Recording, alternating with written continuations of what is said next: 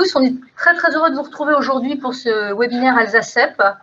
Je vais, avant de commencer, de vous présenter le programme. Je passe 2 minutes la parole à Marine Andrès, qui est la patiente experte et qui travaille aussi pour OKDoc, avec qui nous avons un partenariat assez fort. Marine, je vous laisse expliquer la manière dont ça va se passer. Bonjour à tous, bienvenue à cette webconférence du réseau Alsace en partenariat avec OKDoc. Donc, avant de commencer, je vais vous préciser que vous pouvez tous poser des questions en direct. Donc, vous avez un onglet en bas de votre écran qui s'appelle questions-réponses, donc Q et R. Donc, n'hésitez pas à poser des questions. Le docteur Lanotte et le professeur de thèse y répondront en fin de cette webconférence en direct. Donc, n'hésitez pas à poser des questions.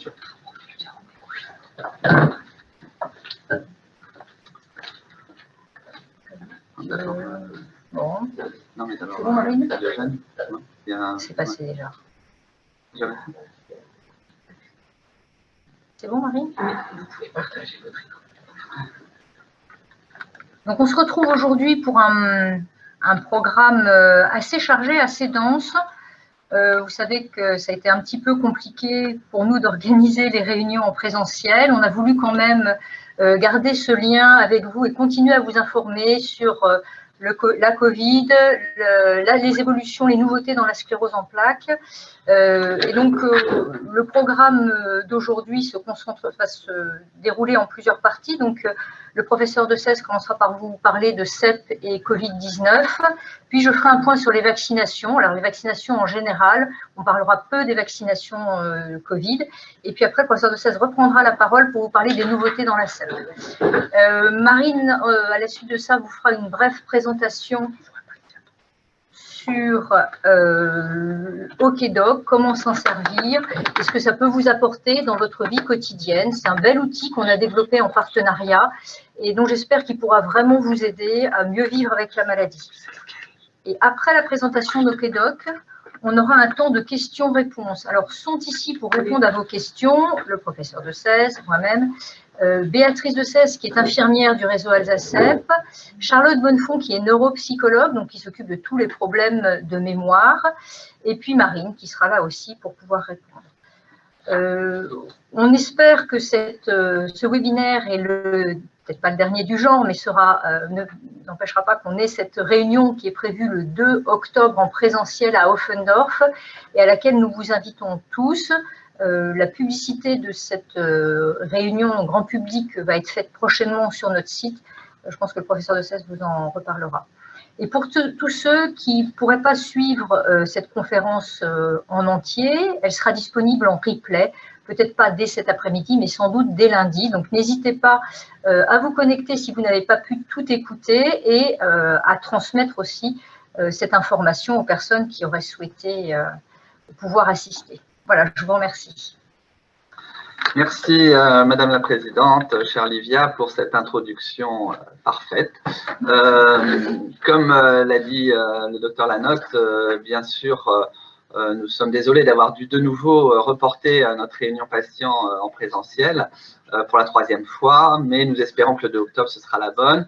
Ceci étant, vous avez été très nombreux à nous faire un retour positif aussi de ces webinaires et nous envisageons peut-être de faire des choses en alternance entre le présentiel et le webinar pour notamment ceux qui habitent plus loin ou qui ont des difficultés de déplacement ou qui préfèrent regarder ce type d'informations plutôt de chez eux que tous ensemble. Alors, sans plus tarder, je vais vous présenter un petit peu les dernières nouvelles autour de sclérose en plaques et Covid-19. Je dois très sincèrement vous avouer qu'au mois de mars 2020, quand nous avons été en plein tsunami en Alsace sur ce Covid-19, j'étais très loin d'imaginer qu'au mois de juin 2021, on serait encore en train d'en parler de façon aussi proche de l'actualité. Mais tout de même, nous avons, et je pense que vous le savez par les médias,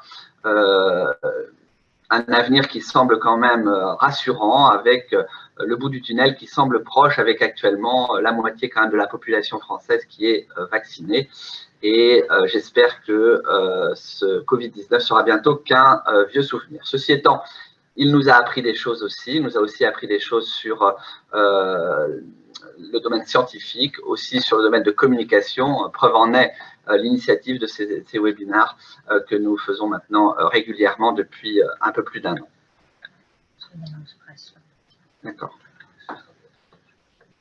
Il y a une annonce presse? Oui, l'annonce presse.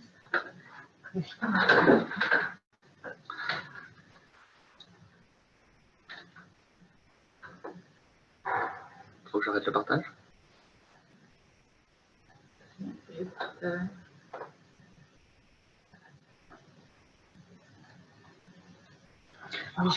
je veux dire qu'on avait des partenariats avec les laboratoires. Ça marche pas? Je commence, on fera après. Ah. Voilà, donc tout d'abord le registre Covid-CEP qui a été mis en place en mars 2020 et qui maintenant contient plus de 1600 patients. Peut-être certains d'entre vous ont participé involontairement, on va dire, à ce registre en contractant la maladie. Ce registre nous a quand même été très utile car il nous a permis très rapidement de vous donner des informations rassurantes sur la maladie. Les principales questions qui étaient évoquées en mars 2020 étaient quelle est la sévérité de l'infection Covid-19 chez les patients sclérose en plaques et quels sont les facteurs de risque pour nos patients de développer une forme sévère de Covid-19. Alors très rapidement, vous voyez un peu l'épidémie, comment elle s'est répandue au début, surtout donc en Alsace et en région parisienne. Nous avons publié ce travail dès le mois de juillet avec des résultats assez robustes. Et je vais passer assez vite parce que je vous avais déjà présenté ce registre. Actuellement, donc, nous avons plus de 1600 patients. Et les facteurs de risque que nous avons identifiés sont ceux qui sont à droite de la barre ici sur votre écran. Donc, vous voyez que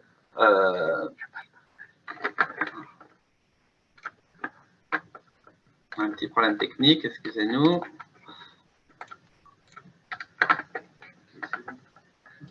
Voilà, je reviens donc. Voilà, je reviens juste parce qu'apparemment, vous n'avez pas vu cette première diapositive, ni celle-ci. Donc, les principales questions, la sévérité de l'infection de Covid-19 chez les patients en sclérose en plaques et les facteurs de risque de développer une forme sévère.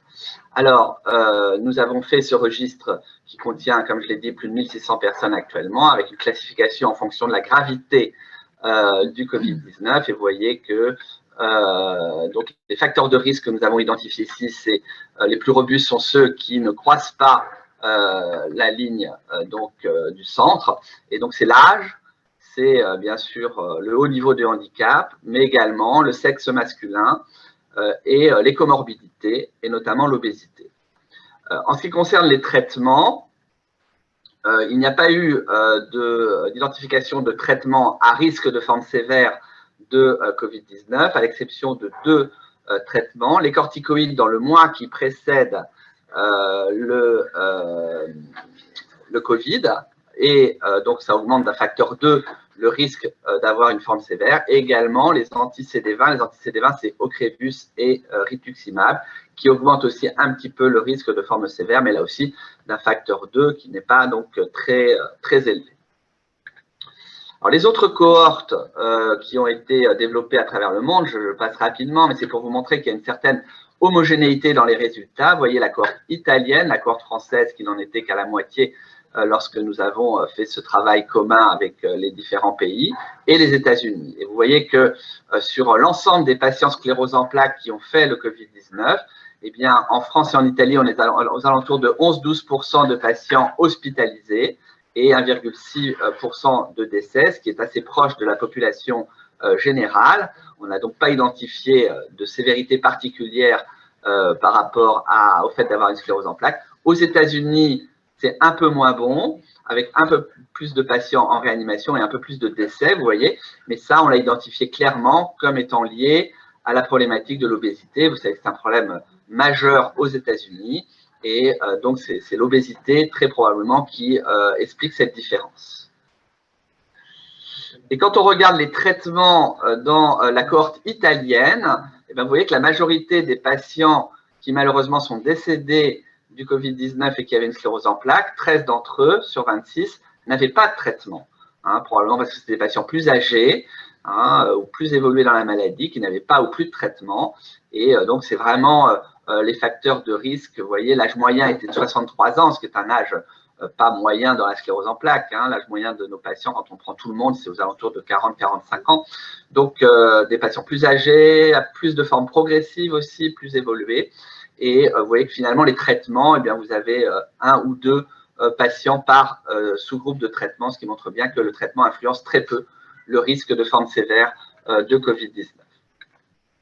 Alors maintenant, je voudrais vous parler un petit peu de ce qu'on appelle l'immunogénicité, c'est-à-dire la réponse anticorps chez nos patients qui ont eu le Covid et qui avaient une sclérose en plaques. Est-ce qu'elle est diminuée de façon naturelle?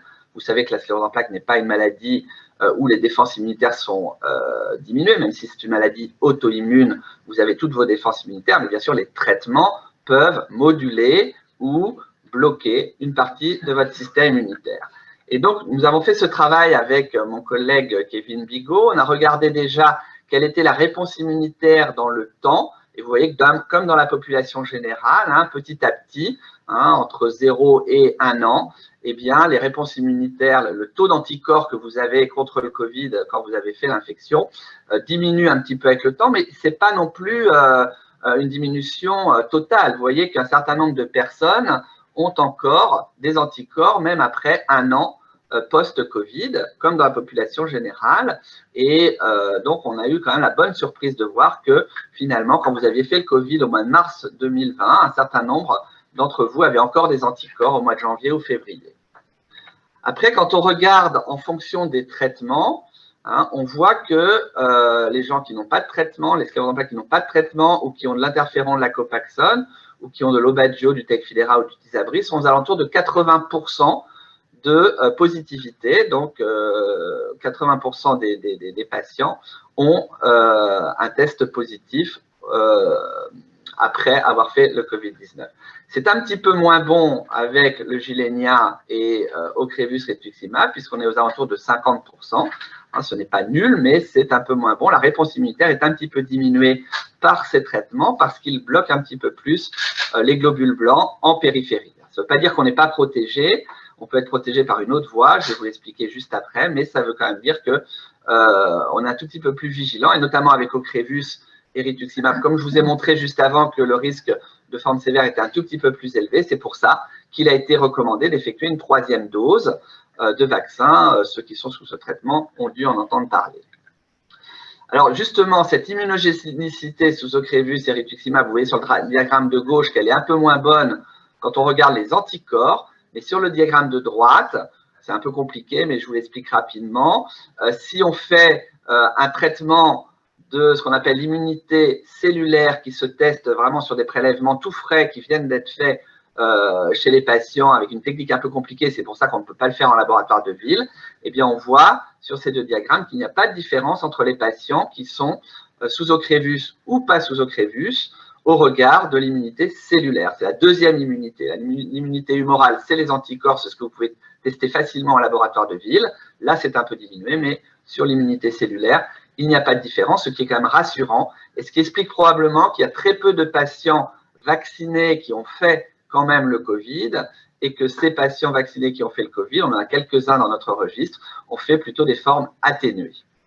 Je rappelle aussi pour mémoire que les personnes vaccinées, ça marche à 90-95%, mais il y a quand même 5% des personnes vaccinées dans la population générale, sans sclérose en plaques, sans traitement, dans les études, qui font quand même le Covid, mais des formes atténuées. Alors maintenant, on va terminer cette première partie sur les vaccins anti-Covid. Ça passera comme ça la parole au docteur Lanotte sur la problématique des vaccinations. Alors, je sais qu'il y a un long historique sur la problématique des vaccins dans la sclérose en plaques, mais ça, je vais laisser le docteur Lanotte vous dire où on en est avec des données très rassurantes, y compris récemment avec le vaccin contre la fièvre jaune pour lequel on avait quelques doutes jusqu'à maintenant. Mais pour le Covid-19, c'est vrai que tout ça est arrivé un peu vite et on a eu beaucoup de questions des patients en consultation. Est-ce que je peux me faire vacciner avec ma sclérose en plaques, avec mon traitement? Et ces questions étaient tout à fait légitimes.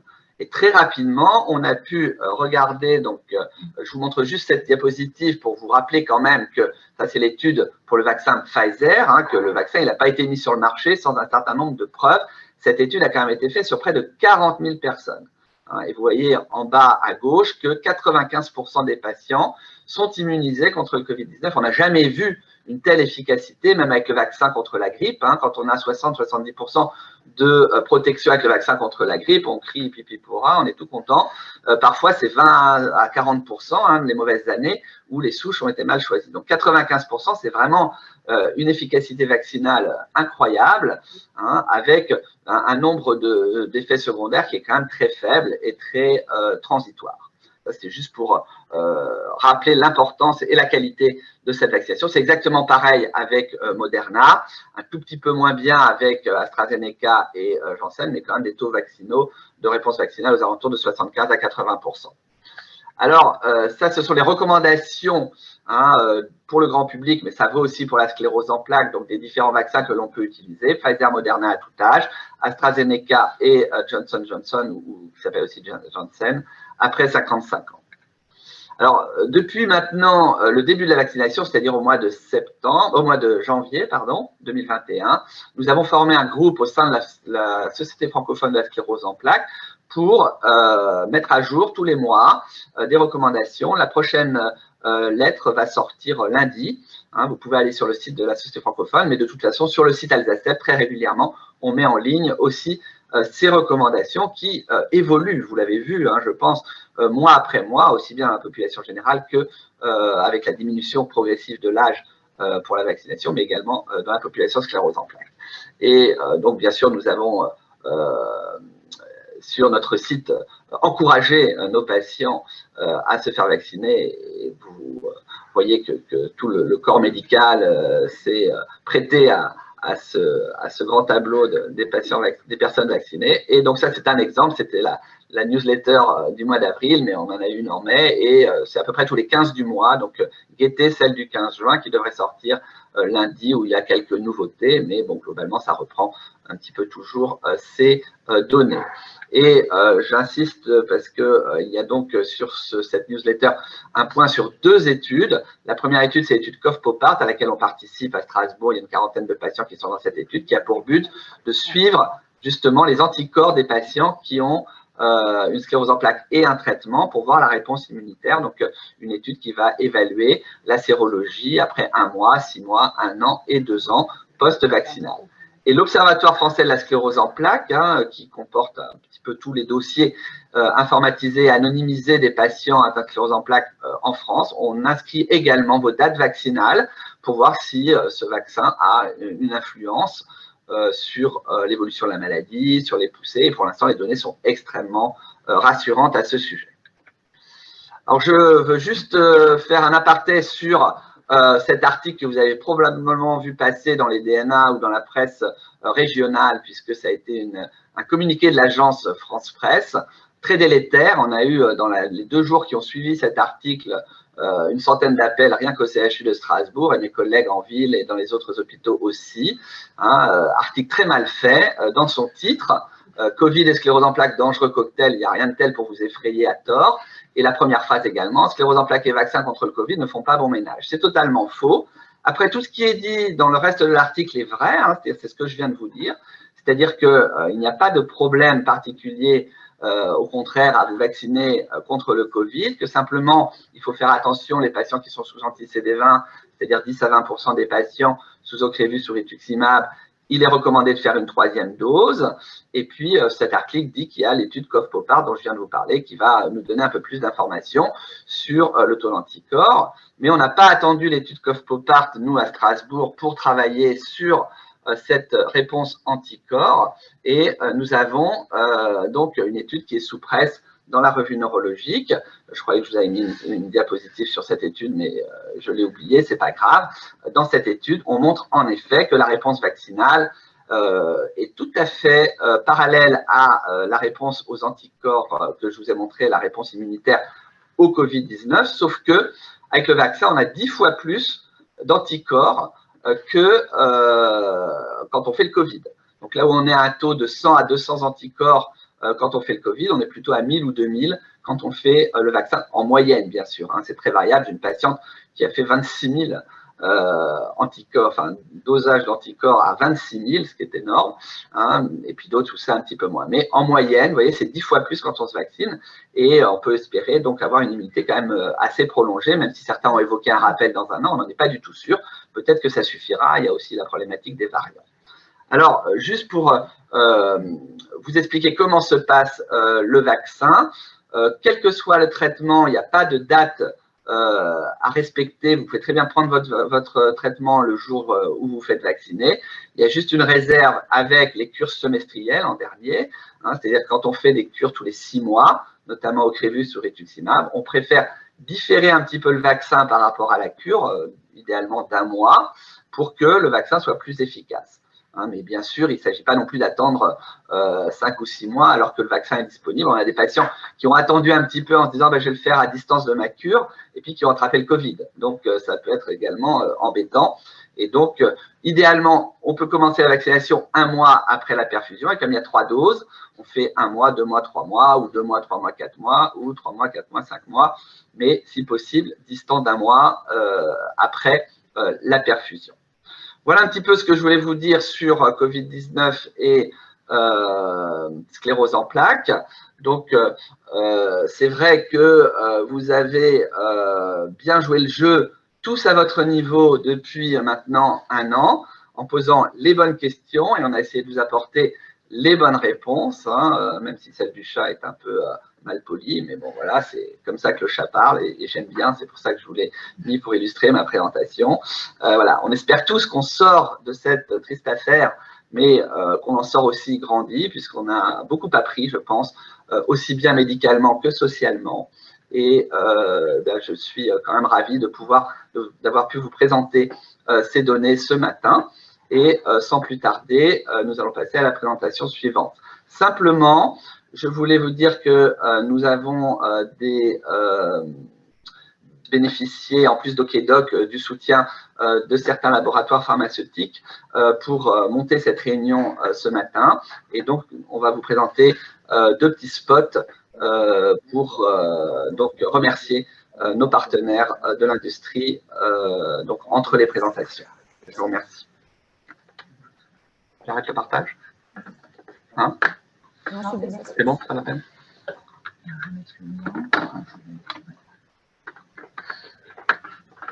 J'ai tenu le temps ou pas? Oui, c'est bon.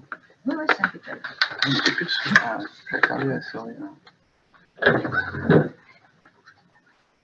Elle y est, hein? Ah, il faut que tu mettes. Oui.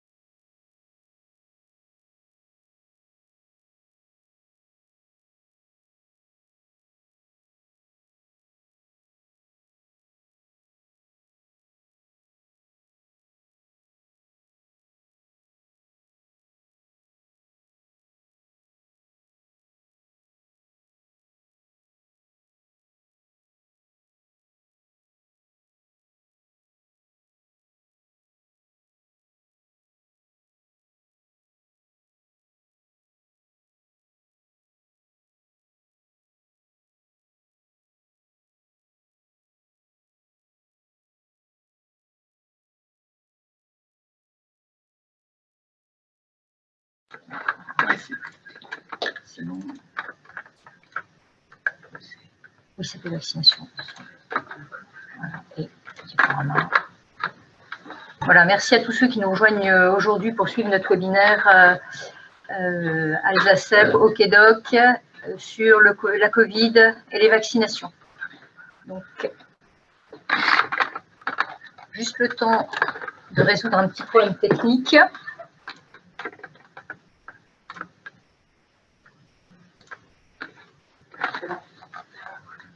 Voilà, je crois que c'est bien. J'en profite pour remercier le professeur de Cèze pour son exposé très complet. Le mien va être un peu plus accessible, enfin un peu plus accessible, peut-être un peu plus simple. J'espère vous apporter des éléments qui vont vous permettre de comprendre pourquoi nous, professionnels de santé, on a cette conviction très forte qu'il faut se vacciner, pourquoi est-ce que c'est important et comment est-ce que fonctionnent les vaccinations. Donc, j'ai choisi comme image de début de cette présentation cette affiche de la Société francophone de la sclérose en plaques, à laquelle adhèrent et pour laquelle travaillent beaucoup de neurologues impliqués dans la sclérose en plaques en France et qui, comme l'a dit le professeur de Cèze, régulièrement mettent à jour les informations, pas uniquement sur le vaccin, mais sur la sclérose en plaques en général. Et on vous encourage très vivement à vous rendre sur le site. Il y a des présentations qui sont pour les professionnels, mais il y en a aussi pour les patients et ça vous permettra d'avoir des éléments fiables, scientifiquement contrôlés, vérifiés sur la sclérose en plaques et sur tous les éléments qui touchent la sclérose en plaques.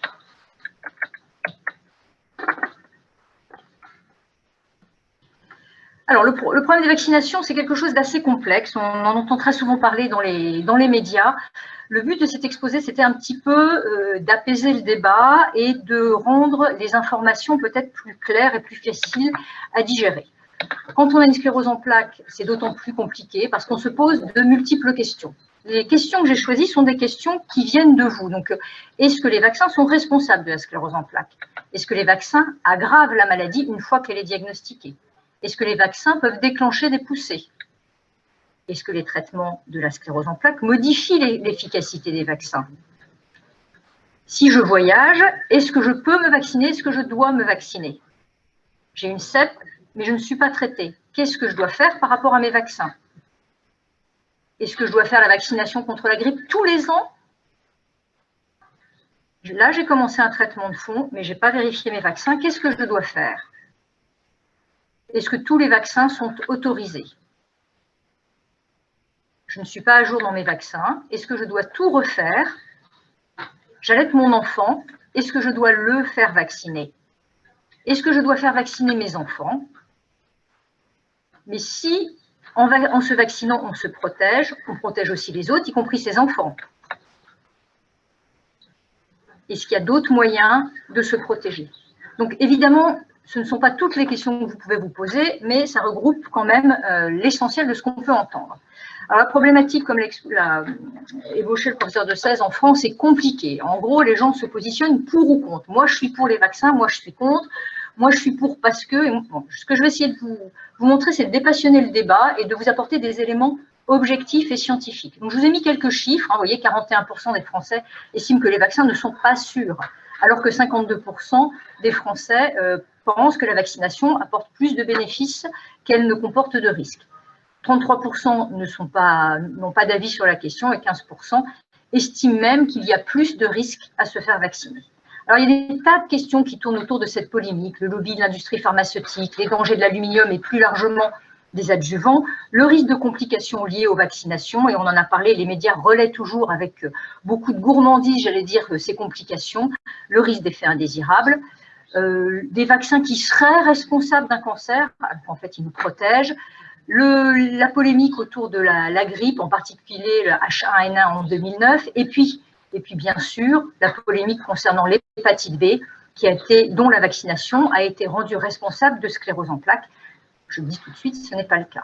Alors, face à tout ce déferlement de questions, de problématiques, d'idées reçues, d'idées fausses, régulièrement, les instances publient des démentis ou donnent des informations, comme j'ai pris par exemple cette publication du Conseil d'État du 6 mai 2019 qui permettait d'affirmer, suite à des études scientifiques, qu'il n'y avait aucun lien de causalité qui avait pu être établi ce jour entre les adjuvants aluminiques et les maladies auto-immunes et l'autisme. C'est un exemple parmi d'autres, bien sûr.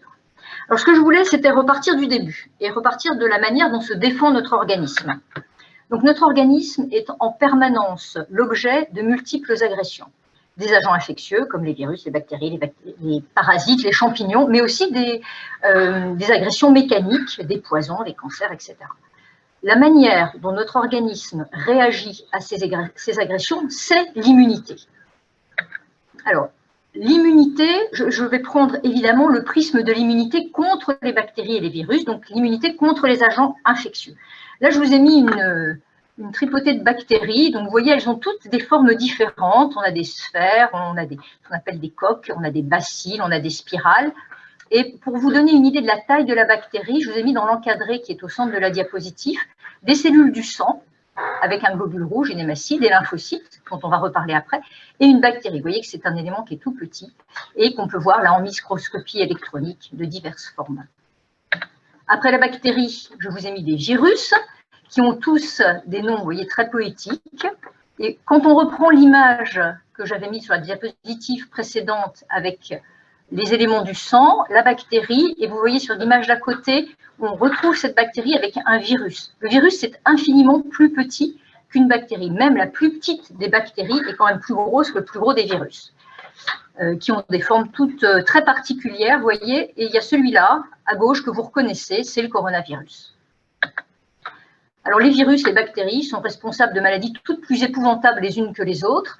Je vous ai mis des images qui ne sont pas nécessairement très agréables à regarder, mais pour vous rappeler que les maladies infectieuses, c'est quand même quelque chose qui a tué des générations d'humains depuis la nuit des temps.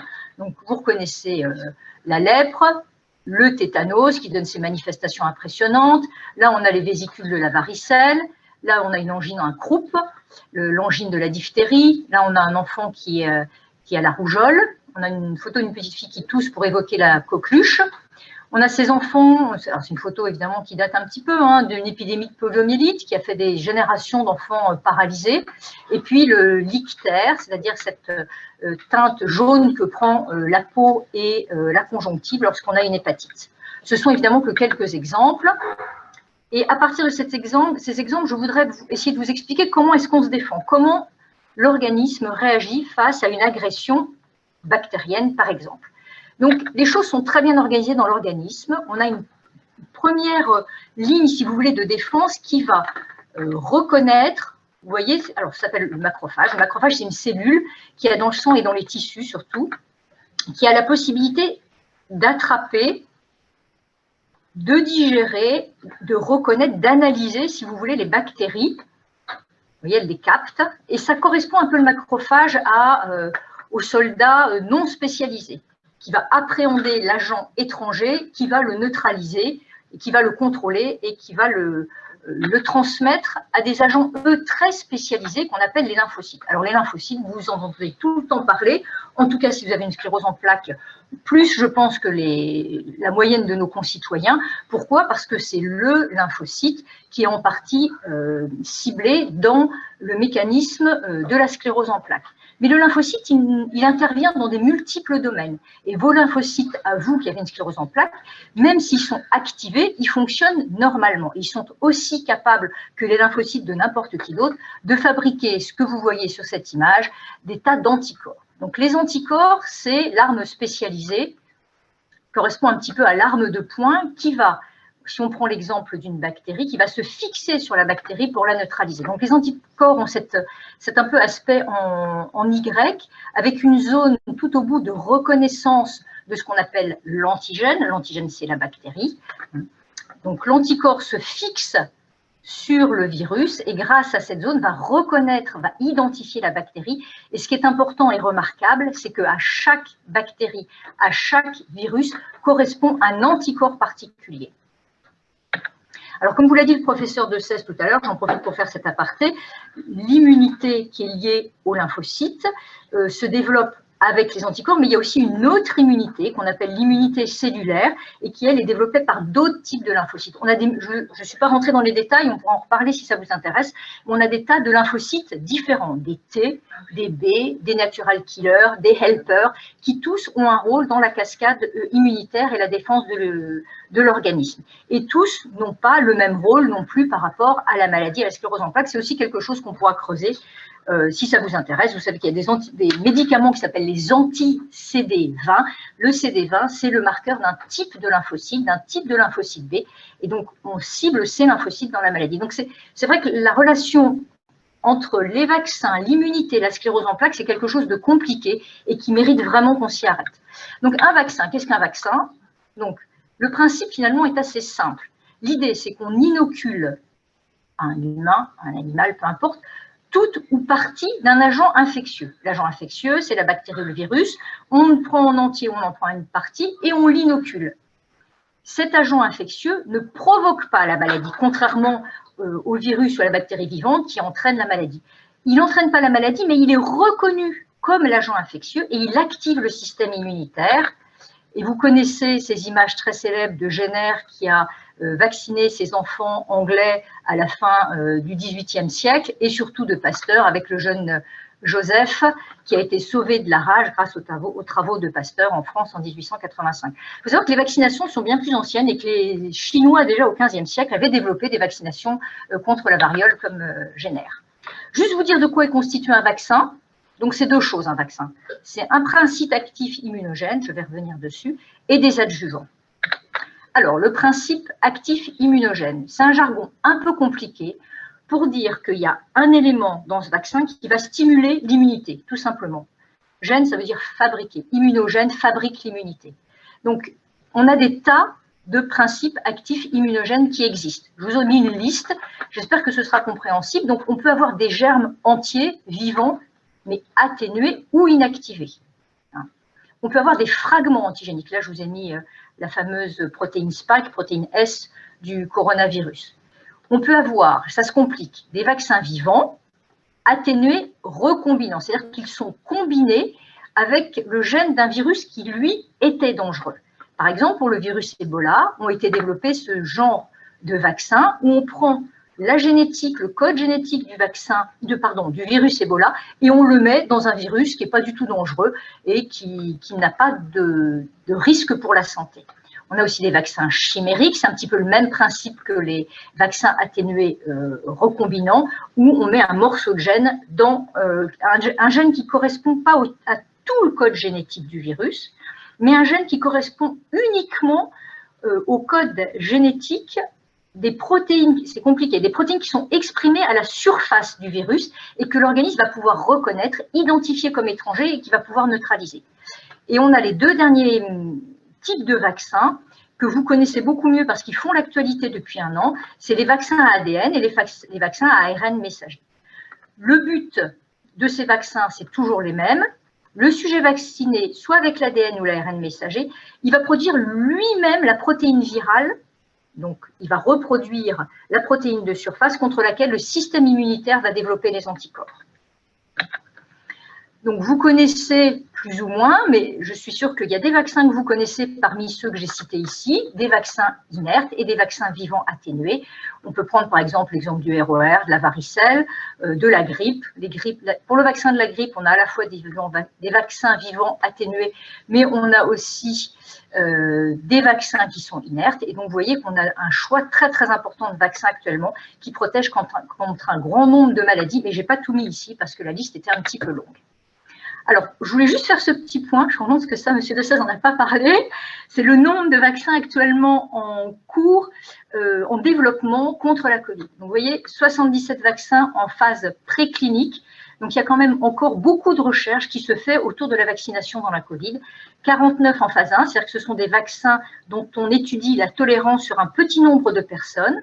En phase 2, c'est quand on étudie la tolérance et l'efficacité. La phase 3, c'est les grandes études dont vous a parlé M. Dessès, qui regroupent 20 000, 30 000, 40 000 personnes pour le vaccin Moderna, par exemple. Donc, vous voyez, il y a 27 vaccins qui sont actuellement testés dans le monde contre la Covid. Et on a actuellement 8 vaccins approuvés. Donc ça, je ne vais pas revenir dessus parce que M. Dessès l'a détaillé. Vous connaissez les 4 vaccins qui sont disponibles actuellement en France. Et je voulais simplement vous faire un petit point sur la fabrication. Donc, le vaccin, c'est quelque chose de très sérieux, c'est un médicament, ça ne se fabrique pas dans l'arrière-boutique d'une pharmacie.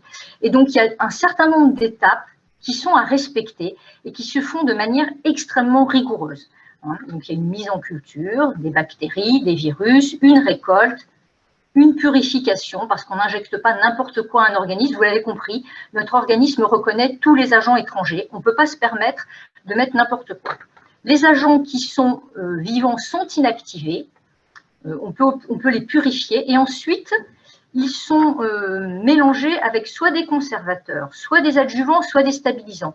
Le but de ces éléments est de permettre d'obtenir une meilleure réponse immunitaire, une meilleure réponse de l'organisme, une meilleure défense contre l'agent qu'on inocule et de permettre d'en injecter moins. Le but, ce n'est pas d'injecter 50 centilitres de vaccin, mais une toute petite dose. Et donc ensuite, c'est conditionné pour être distribué en pharmacie. Et donc vous connaissez ces images toujours très impressionnantes des firmes pharmaceutiques, où les systèmes de production sont extrêmement contrôlés, extrêmement sécurisés, on retrouve toutes les étapes que je vous ai décrites précédemment.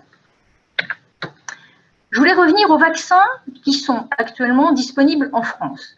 Pourquoi est-ce qu'on a un calendrier de vaccination aussi chargé?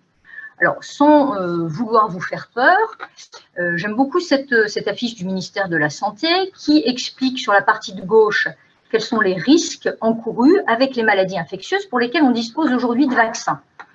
Accessoirement, paralysie d'essai avec la poliomyélite, détresse respiratoire d'essai avec la coqueluche, asphyxie d'essai avec la diphtérie, etc., etc. Et à chaque fois, toutes ces maladies pour lesquelles on choisit en France de vacciner sont des maladies graves qui peuvent conduire au décès.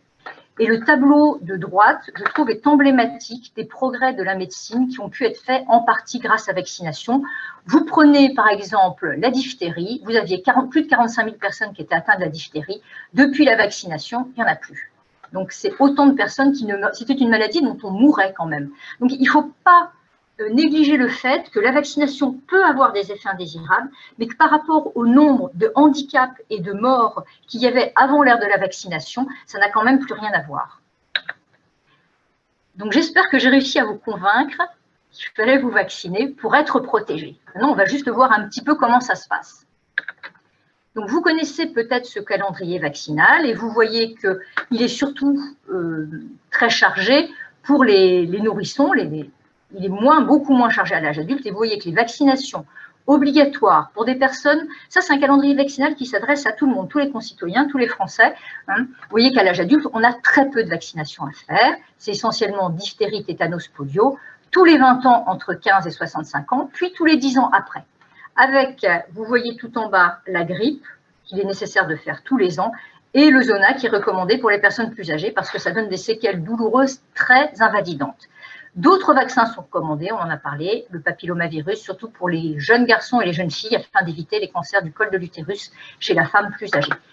Ne sont pas dans cette liste tous les autres vaccins dont on a parlé un certain nombre d'entre vous et qui peuvent être nécessaires en raison des traitements de la sclérose en plaques. Je vais y revenir après. Donc, pour vous parler de la suite, je me suis inspirée des recommandations qui ont été données par la Société francophone de la sclérose en plaques. Tous les articles concernant les vaccinations dans la littérature scientifique ont été examinés et on en a tiré le meilleur. Donc, quelques vignettes cliniques, comme on dit. Donc, je n'ai pas de traitement de fond ou je prends un traitement immunomodulateur. Les immunomodulateurs, c'est quoi? C'est la Copaxone, c'est le Plégridi, donc les interférons, c'est l'Obagio, etc. Donc, qu'est-ce que je dois faire? Déjà, la première chose, c'est que je récupère mon carnet de santé. Alors, je ne sais pas à quoi ressemble votre carnet de santé, hein, il peut être très vieux, un petit peu vieux ou beaucoup plus récent, mais en tout cas, c'est sur le carnet de santé que sont consignées les vaccinations. Et donc, je vais voir mon médecin traitant et on met à jour les vaccinations. Il est exceptionnel à nos jours qu'on rencontre des gens qui n'aient jamais été vaccinés. La politique vaccinale en France fait que vous avez sans doute, même si vous êtes très âgé, vous avez sans doute été vacciné dans votre enfance. Donc, vous avez une sclérose en plaques, vous ne savez pas où vous en êtes dans vos vaccins, vous allez voir votre médecin traitant avec votre carnet de santé. Il est vraisemblable que votre médecin traitant ait noté les vaccinations que vous ayez eues jusqu'à présent d'ailleurs. Il n'y a aucune contre-indication à vous faire vacciner. Le professeur de Cèze vous l'a dit tout à l'heure. Lorsqu'on a une sclérose en plaques, on a une immunité qui fonctionne très bien. Ce ne sont pas les lymphocytes qui sont responsables de la maladie, enfin qui rentrent dans le processus plutôt qui engendre la maladie, qui sont défaillants. Ils sont plutôt un peu trop actifs. Et la vaccination contre la grippe et le Covid, j'ai été indulgente, j'ai mis conseillé. J'aurais dû mettre vivement encouragé. L'hépatite B. Alors oui, l'hépatite B aussi. On peut développer très longuement parce que la polémique est très importante à propos de ce vaccin contre l'hépatite B, mais s'il y a une chose à retenir, c'est que les tribunaux se sont prononcés à l'encontre des avis des experts. Les experts scientifiques, indépendamment de l'industrie pharmaceutique, ont fait des tas d'études dans tous les pays du monde et qui ont permis de démontrer qu'il n'y avait pas de lien entre la vaccination contre l'hépatite B et la survenue de la maladie ou la survenue de poussée. Ça prendrait un petit peu de temps d'en parler, mais vous trouverez toutes les informations sur le site de la SFCEP si vous voulez creuser cette question. Alors, les choses se compliquent un peu quand on a une sclérose en plaques et qu'on est sous traitement immunosuppresseur. Pourquoi? Parce que, comme l'indique son nom, un traitement immunosuppresseur va diminuer la possibilité de l'organisme de se défendre. Donc, même si, dans la réalité, on n'est pas beaucoup plus malade quand on est sous traitement immunosuppresseur, l'organisme a quand même une moins bonne réactivité aux infections et en particulier, si on vous injecte un vaccin, il faut savoir si ce vaccin va être efficace. Est-ce que si je suis immunodéprimée et qu'on m'injecte un vaccin, est-ce que mon organisme va réagir normalement? Donc, ce qui est important dans ce cas-là, c'est d'en parler à votre neurologue. Pour savoir, le professeur de Cèze en a parlé tout à l'heure, il y a des vaccins pour lesquels, des traitements pour lesquels il faut attendre les anti-CD20, il faut attendre au moins 1 mois, 2 mois pour se faire vacciner. Vous en parlez à votre neurologue et vous établissez avec lui le meilleur moment pour le calendrier vaccinal, quand faire les vaccins et à quel moment et de quelle manière. Quand je pense de quelle manière, je veux insister sur le fait que certains traitements nécessitent une troisième dose pour la vaccination Covid, alors que d'autres non. Mais ça, c'est des choses un petit peu spécialisées pour lesquelles il faut vraiment avoir une conversation avec votre neurologue. Même les médecins généralistes, parfois, ont un petit peu du mal parce que l'actualité change en permanence et donc il faut se tenir au courant. Ce qui est important aussi, c'est que j'incite mon entourage à se vacciner, pour qu'il se protège lui et puis pour me protéger. Il y a une autre question, c'est la question des bolus de Solumédrol. Vous savez, le bolus de Solumédrol, vous savez, c'est ces anti-inflammatoires qu'on peut donner à très forte dose quand il y a une poussée. La particularité et le principe des corticoïdes, c'est que ça fait baisser de façon importante l'immunité, donc mieux vaut attendre un petit peu. Là aussi, vous voyez avec votre neurologue ou votre médecin traitant. Donc la vaccination Covid, je ne vais pas venir dessus. Je pense que le professeur de Cesse vous a bien convaincu de la nécessité de vous faire vacciner, même si vous n'avez pas une forme grave et même si vous n'êtes pas à risque de faire une forme sévère de Covid.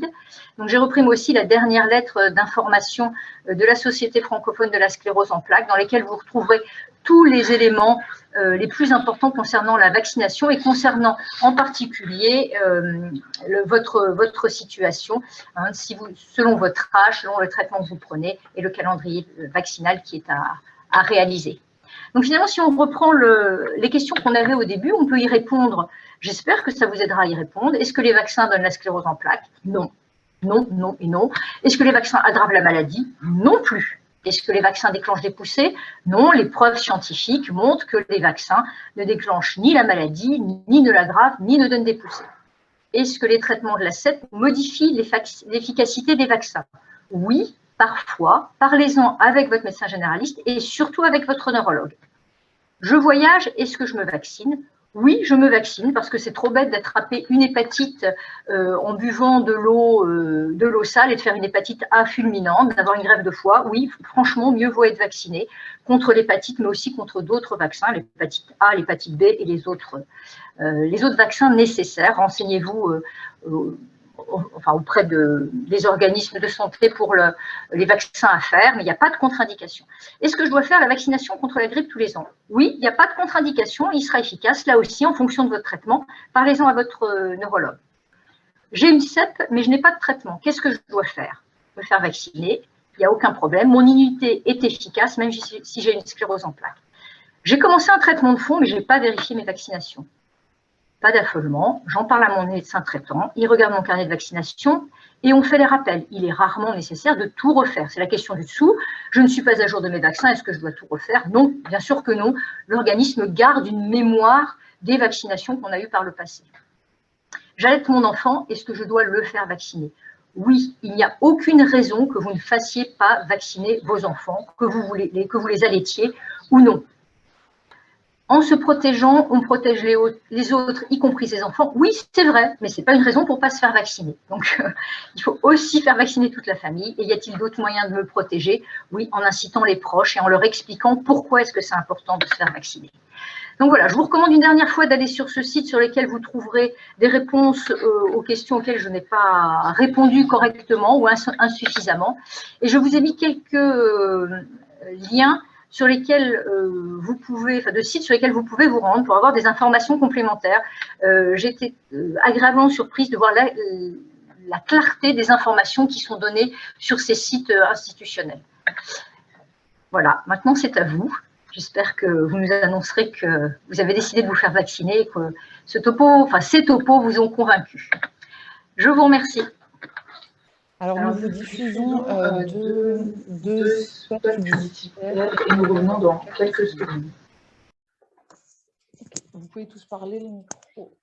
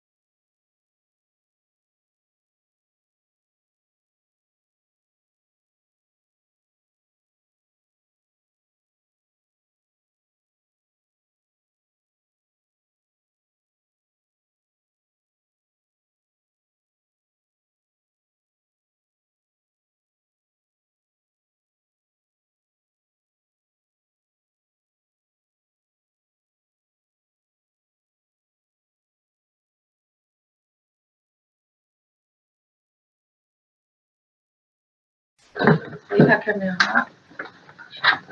Ouais, nickel.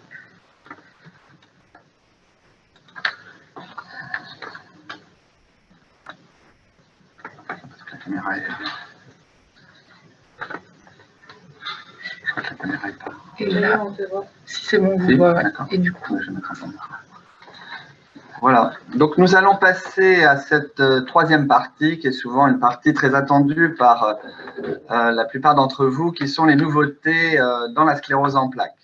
Un petit clin d'œil pour nos soignants qu'on n'applaudit plus à 20 h le soir, mais voilà, je crois que vous avez tous vu l'effort qui a été fait par tout le personnel hospitalier. Je salue en particulier tous ceux qui ont travaillé dans les unités Covid et notamment nos infirmières, nos aides-soignantes qui ont été quand même sur le front.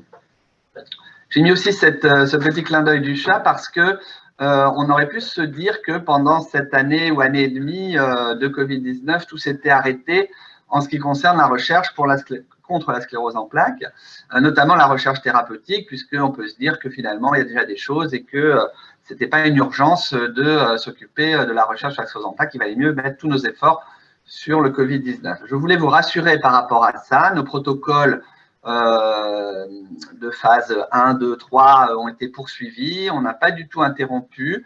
Nos patients qui étaient sous protocole ont pu continuer leur traitement même au plus fort de la crise. Et ça, c'est vraiment un point très positif. Alors, je voudrais en premier vous présenter les nouveautés pour les traitements déjà connus. Parce que vous savez qu'une fois que les traitements sont là, eh bien, on essaye de perfectionner les choses par certains moyens. Il y a des études qui sont faites, qu'on appelle des études de post-inscription, qui essayent d'améliorer encore la qualité des traitements et la qualité de vie des patients. Alors, en ce qui concerne le Tysabri, qui est pris par un certain nombre d'entre vous depuis maintenant 2007, donc certains sont bientôt à 15 ans de traitement, eh bien, il y a deux nouveautés qui pourraient vous intéresser. La première, c'est que donc on pense qu'en fin d'année, on attend les résultats de l'étude NOVA, mais que nous pourrons proposer à ceux qui le souhaitent, bien sûr, et au cas par cas, un espacement des doses de Tysabri toutes les 6 semaines, au lieu de toutes les 4 semaines comme actuellement. Ça peut être intéressant, ça peut vous éviter quand même un certain nombre de passages à l'hôpital. La deuxième nouveauté avec le Tysabri, qui est également probablement pour la fin de l'année 2021, début de l'année 2022, une formulation sous-cutanée, donc là aussi qui pourrait être intéressante parce qu'au lieu de prendre 1 heure de perfusion et 1 heure de surveillance, l'administration pourrait être beaucoup plus rapide et donc ça aussi c'est en voie d'autorisation. Vous voyez deux avancées quand même intéressantes, ça reste du Tysabri, mais intéressantes pour ceux qui sont sous ce traitement pour améliorer un petit peu le nombre de passages à l'hôpital et également la qualité de vie. Alors, les nouveautés en ce qui concerne les molécules dans des classes de traitement connues, nous avons donc deux nouveautés avec des traitements connus qui sont le Plégridi et le Tecfidera. Pour le Plégridi, c'est la possibilité de passer de la voie sous-cutanée à la voie intramusculaire. L'avantage de la voie intramusculaire, c'est que vous n'avez pas de réaction cutanée de type rougeur, démangeaison, comme on peut avoir avec les sous-cutanés. Et donc, cette voie intramusculaire est en voie de validation et nous attendons dans les prochains mois l'autorisation pour pouvoir injecter le Plégridi en voie intramusculaire. Ça sera, à notre sens, un progrès. La deuxième avancée, cette fois-ci, c'est avec le Tecfidera. On devrait avoir plutôt en milieu 2022 la possibilité de proposer à la place du Tecfidera ou pour les nouveaux patients, plutôt un médicament qui s'appelle Vumerity, qui est aussi développé par les laboratoires Biogen comme le Tecfidera, et qui est un petit peu différent dans sa composition, qui est une molécule très proche en termes d'efficacité, équivalente, mais qui aurait moins d'effets digestifs et peut-être aussi un petit peu moins de flush. Alors, pour les gens qui sont sous Tecfidera et qui supportent très bien leur traitement, ça n'est pas d'actualité, mais pour les patients qui le supportent moyennement ou pour les nouveaux patients, on devrait pouvoir privilégier ce Vumerity. Donc, vous voyez là aussi des avancées sur des traitements déjà existants. Alors, maintenant, des nouvelles molécules dans des classes de traitement qu'on connaît déjà. La classe des S1P, c'est la classe du Gilenya. Ce Gilenya, qui a maintenant plus de 10 ans de développement en France, nous allons avoir donc d'ici la fin de l'année, une nouvelle molécule proche du Gilenya qui s'appelle ozanimod. Son nom de commercialisation sera le Zeposia. Et la grande avancée par rapport à ce nouveau traitement, c'est qu'on pourra le proposer ce qu'on appelle en première intention, c'est-à-dire dès le début. Alors, pas forcément chez tout le monde, hein, mais peut-être chez des patients qui nous inquiètent un petit peu plus parce qu'ils ont un peu plus d'inflammation au début, une maladie qui est un peu plus agressive au début. Et l'intérêt, c'est que donc les études ont montré que Zeposia, mais globalement aussi la classe des S1P, était supérieure en termes d'efficacité par rapport à des traitements historiques comme l'interféron, la Copaxone ou même Aubagio. Ça ne veut pas dire que si par exemple vous êtes sous interféron, Copaxone ou Aubagio, il va falloir vous changer votre traitement. Si vous êtes bien sous ces traitements, c'est peut-être suffisant. Mais voilà, pour les patients pour lesquels on serait un peu plus inquiet au début de la maladie, ça peut être intéressant. Autre point positif par rapport au Gilenya que certains d'entre vous connaissent, c'est qu'il n'y aura pas besoin d'une hospitalisation en hôpital de jour comme on le fait actuellement pendant 6 heures avec le Gilenya au début du traitement, sauf bien sûr s'il y a des problèmes cardiaques. Et il y aura juste un ECG à faire, un électrocardiogramme par votre médecin traitant. Et puis donc, voilà, deuxième cousin germain du fingolimod, du Gilenya qui devrait arriver dans la foulée courant 2022, qui s'appelle le ponesimod, dont le nom sera Ponvory. Et donc, ces traitements voilà, sont dans la même classe, mais là aussi, très probablement, avec ponesimod, on n'a pas encore la réponse, mais très probablement également une possibilité de le proposer en première intention. Et là aussi, ce traitement a montré une supériorité par rapport à Aubagio. Une nouveauté aussi dans les anti-CD20, dont on a beaucoup parlé durant le premier exposé, qui est le traitement par Ocrevus ou rituximab pour les formes progressives où on n'a pas le remboursement d'Ocrevus. Un nouveau traitement qui devrait arriver, il a eu l'autorisation en France la semaine dernière et on n'attend plus que le remboursement, donc probablement à l'automne ou plus tard en fin d'année, qui s'appelle l'ofatumumab. Son petit nom, c'est Kesimpta. L'avantage de ce traitement, c'est qu'il est totalement humanisé alors que Ocrevus est partiellement seulement immunisé, donc un anticorps peut-être un peu plus pur et avec un peu moins de réaction à l'injection, même si avec Ocrevus, on a assez peu de réaction à la perfusion. Mais l'intérêt principal de ce traitement, c'est qu'il sera en sous-cutané une fois par mois, donc au lieu d'être tous les 6 mois par perfusion. Une sous-cutanée étant bien sûr très rapide et ne nécessitant pas forcément, mais pour l'instant on n'a pas la réponse, que ce soit fait à l'hôpital. Donc si ça doit être fait à l'hôpital, ça sera un peu plus compliqué, mais si ça peut être fait à la maison ou par un médecin de proximité, ça sera quand même plus simple, notamment pour les patients qui habitent loin de nos hôpitaux de jour. Et puis vous savez, vous avez peut-être constaté aussi que nos hôpitaux de jour débordent un petit peu, donc ça sera pour nous un point positif. Vous voyez, beaucoup de recherches finalement sur des classes de molécules déjà existantes ou sur des médicaments qui existent mais qu'on a améliorés en termes de stratégie, comme le Tysabri en espaçant les doses ou en sous-cutané, ou comme le Plégridi en intramusculaire. Alors, nous allons parler maintenant des nouvelles approches thérapeutiques. Alors là, on commence à donner des gros mots comme la neuroprotection ou la remyelisation.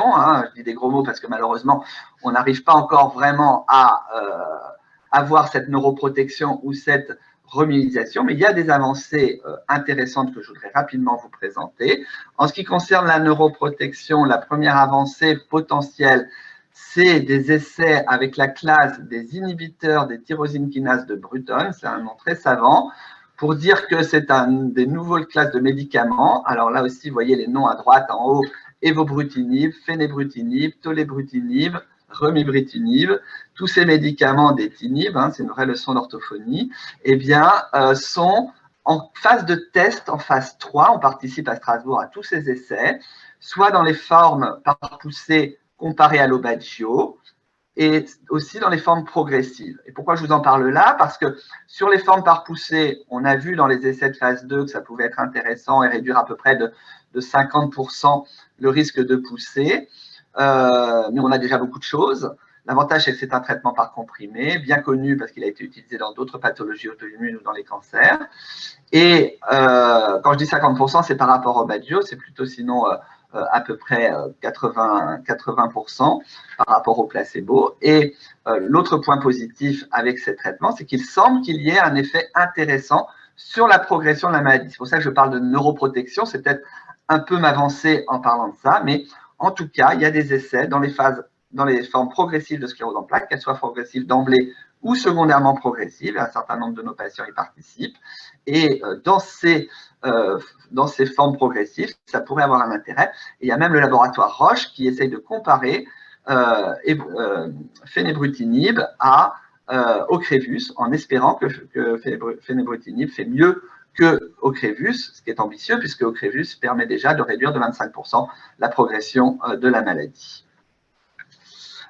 Deuxième molécule dont on parle déjà depuis un certain nombre d'années, mais qui est rentrée maintenant dans les phases 2, voire phase 3, qui est l'ibudilast, qui est un inhibiteur des phosphodiestérases. C'est un nom un peu savant pour dire qu'il bloque les fameuses cellules dont vous a parlé le docteur Lanotte, les macrophages, et il est utilisé dans l'asthme, hein, donc c'est vraiment un médicament bien connu. Et vous voyez, alors c'est pas miraculeux, mais vous voyez qu'il y a quand même une tendance sur les différentes courbes en faveur de l'ibudilast par rapport au placebo, notamment sur l'atrophie du cerveau qui est ralentie grâce à ce traitement. Les effets indésirables sont assez modérés, c'est un traitement par comprimé et c'est essentiellement des effets secondaires digestifs. Troisième molécule qui va rentrer très probablement d'ici la fin de l'année en phase 3. On avait déjà eu une phase 2 à Strasbourg, mais qui s'était arrêtée parce qu'il y avait des petits problèmes au niveau cutané. Donc, l'agence du médicament avait arrêté ses protocoles en France, mais ils ont continué dans d'autres pays. Le masitinib, qui agit sur des cellules intéressantes pour le système nerveux et qui pourrait avoir un effet neuroprotecteur. Vous voyez ici la courbe en bleu, c'est la progression du handicap cumulé tout au long de l'étude pendant 2 ans sous traitement, et en gris pâle sous placebo. Vous voyez qu'il y a une progression plus importante du handicap chez les patients qui sont traités par placebo. Donc là aussi, des études de phase 3 qui vont démarrer dans les formes progressives non actives, donc qui ne font pas de poussée et qui n'ont pas d'activité à l'IRM. Voici ici d'autres courbes, hein, toujours sur la progression. Vous voyez un ralentissement de 42 et de 37% de la progression. Je parle de neuroprotection parce qu'on est sur une diminution de la progression, mais on n'est pas sur une amélioration de l'état clinique. Et justement, l'espoir de tous, hein, et à commencer par nous médecins, ce serait la remyélinisation, hein, c'est-à-dire un traitement qui permettrait de refabriquer de la myéline, de réparer les dégâts et de faire, par exemple, pourquoi pas, remarcher des gens qui ne marchent plus, hein, on peut rêver. Et pour l'instant, on a eu une déception cette année, dont je vous avais déjà parlé pour ceux qui suivent régulièrement nos conférences, qui est l'opicinumab, qui était une molécule qui bloquait une protéine de la destruction neuronale. Et donc, cet anti-LINGO, qui s'appelait opicinumab, n'a malheureusement pas réussi à montrer un effet positif en plus du Tysabri chez des patients qui étaient déjà traités par Tysabri. Donc, malheureusement, le laboratoire Biogen qui développait cette molécule a abandonné cette piste très intéressante. Un mot sur les greffes de cellules souches, parce que vous posez toujours cette question en consultation, et donc je voulais revenir un tout petit peu là-dessus, parce qu'il y a 2 types de greffes de cellules souches. En fait, il y a l'autogreffe de moelle, qui est ce qu'on fait dans les leucémies, c'est-à-dire qu'on met les patients en aplasie, on met une puissante immunosuppression, on vous met en chambre stérile, et on vous réinjecte vos propres cellules. Ça, c'est une autogreffe de moelle. Ça marche très, très bien sur les formes débutantes très actives de maladie, mais à peu près aussi bien que le Tysabri, que Ocrevus, etc. On a quand même 2 patients qui ont été greffés à Strasbourg durant les 2 dernières années parce qu'ils n'avaient pas répondu aux différents traitements, mais c'était vraiment des patients jeunes au début de la maladie qui avaient des poussées très fréquentes et beaucoup d'inflammation à l'IRM. Donc ça, c'est l'autogreffe de moelle. Ça ne sert pas à remyéliniser, ça sert juste à bloquer l'inflammation et l'agression immunitaire. Mais celles qui ont nourri beaucoup d'espoir et qui vous font poser beaucoup de questions en consultation, c'est les greffes de cellules souches mésenchymateuses issues d'embryons congelés qui sont généralement issus des stimulations qui sont faites pour les FIV, pour les fécondations in vitro. Hein, il y a toujours des embryons qui restent, ils sont congelés. Alors en France, ce n'est pas autorisé d'utiliser ce matériel, mais dans d'autres pays, oui. Et on espère que ces cellules souches qui vont se différencier et redevenir adultes ont éventuellement la capacité de réparer la myéline. On sait déjà qu'elles ont une action sur le système immunitaire global, mais pour l'instant, on n'a pas réellement la preuve que ces cellules sont réparatrices. Les protocoles avancent bien dans certains pays comme les États-Unis et Israël, mais pour l'instant, on n'a pas encore de données sur des grosses populations permettant d'affirmer que ces cellules réparent. Mais attention au nomadisme médical, à des propositions qui sont faites de greffe de cellules dans des pays comme la Russie, même comme l'Allemagne et la Suisse parfois, non contrôlées, pas dans des protocoles. N'y allez pas, ça va vous coûter 20 000 € sans aucune certitude de ce que vous allez recevoir et en plus, ça peut être potentiellement dangereux. Attendons que ces protocoles arrivent à leur terme. Et puis, je voulais finir avec un espoir, une molécule qui devrait rentrer l'année prochaine en phase 2 à travers le monde qui s'appelle l'Elesanimab. Cette molécule agit sur ce RGMA, qui est une molécule qui bloque la conduction de l'influx nerveux. Alors, vous voyez, c'est un peu une photo par image. Vous voyez que ça répare la gaine de myéline. Là, c'est un dessin, donc forcément, on peut mettre un petit peu en doute ce dessin. Mais vous voyez ici la capacité quand même, donc sur des neurones, bien sûr, ce qu'on appelle in vitro, donc ce n'est pas chez l'homme, c'est dans des cellules, dans des tubes à essai. Et vous voyez cette capacité qu'il y a à faire repousser le nerf. Et donc, cette molécule est essayée à la fois chez les gens qui ont eu des traumatismes médulaires, donc des sections de moelle par des accidents de la route ou des accidents physiques, et également vont être essayées dans la sclérose en plaques, dans des essais de phase 2 assez prochainement. Les essais sont en train de s'organiser, mais on ne sait pas exactement pour l'instant quelle va être la population cible exacte de ces essais. Alors, je voulais aussi vous dire un mot sur les nouvelles techniques de suivi, puisque là aussi, la technologie s'améliore. On avait parlé à plusieurs reprises des logiciels qui permettent de vous auto-évaluer, comme MS Copilot ou d'autres. Bon, là, je n'ai pas détaillé ce versant des nouvelles technologies, mais c'est intéressant, tout ce qui est médecine connectée, on pourra en reparler un autre jour. Là, j'ai voulu faire un point sur deux choses. Une première chose qui est le suivi en IRM. Nous avons maintenant à Strasbourg des logiciels qui permettent de calculer automatiquement l'évolution de votre maladie. Vous voyez un exemple ici d'un patient qui a eu une IRM en juin 2016, puis 2 ans plus tard, en juillet 2018. Quand on voit les deux IRM, celle de gauche et celle du centre, c'est un peu difficile de voir s'il y a des différences. Et bien, ce logiciel, vous voyez, en rouge, il y a 2 plaques supplémentaires qui apparaissent tout de suite par le logiciel de recalage et qui permet au radiologue de ne pas rater éventuellement des nouvelles lésions.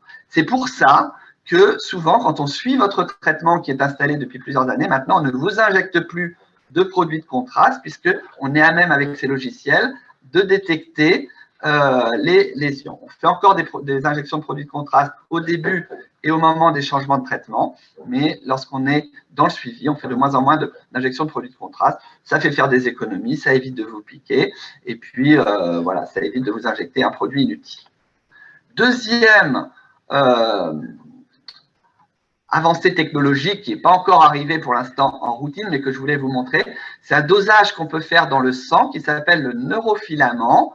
Alors, encore une fois, ça ne se fait que dans les CHU et pour l'instant que à visée expérimentale. Mais c'est intéressant. Vous voyez ici une étude sur l'ocrelizumab, sur Ocrevus. Vous avez en jaune le taux de neurofilament chez les différents patients. Vous voyez qu'ils vont jusqu'à 100. Plus le taux est élevé, plus l'inflammation et l'attaque neuronale est importante. Et vous avez en rose un groupe normal qui n'a pas de sclérose en plaques. Et vous voyez qu'après 1 an de traitement, eh bien, ce taux de neurofilament sous traitement par Ocrevus redevient parallèle à la normale. Donc, il est possible que dans les années à venir, pour contrôler l'efficacité de vos traitements, en plus de l'IRM, en plus de la visite clinique, il y ait ce dosage. Pour l'instant, c'est très fiable à l'échelle du groupe. À l'échelle individuelle, on ne sait pas encore. Et encore une fois, les techniques s'améliorent, mais c'était pour vous montrer aussi dans ce domaine les progrès qui sont faits pour le suivi de la maladie, sachant qu'on essaye d'avoir un contrôle le plus étroit possible pour éviter l'évolution ultérieure. Dernier point que je voulais aborder avec vous, c'est les nouveautés dans la communication. Alzacep avait fait de l'année 2020 l'année de la communication et malgré le Covid, Alzacep a été au rendez-vous avec une refonte complète de son site internet que je vous invite à visiter régulièrement car il est maintenant extrêmement convivial et mis à jour, si ce n'est pas quotidiennement, de façon hebdomadaire. Certains nous reprochent même qu'il y a un peu trop de choses. Et vous avez également une page Facebook qui est également très vivante et un compte Instagram.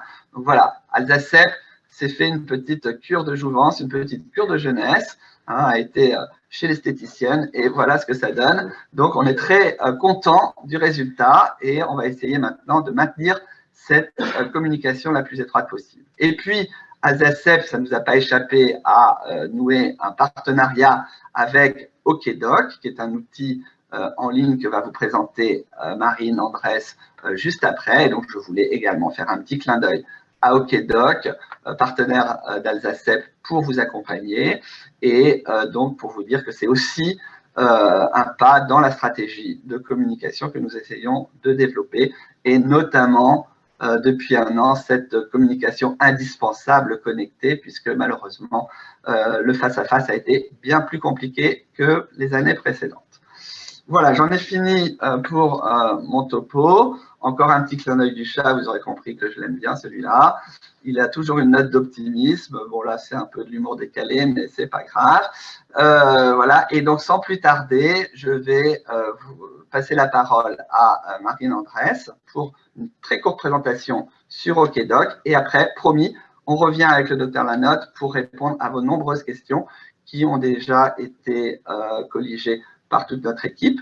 Et vous pouvez encore en poser pendant 5 minutes avant que nous y répondions. À tout de suite.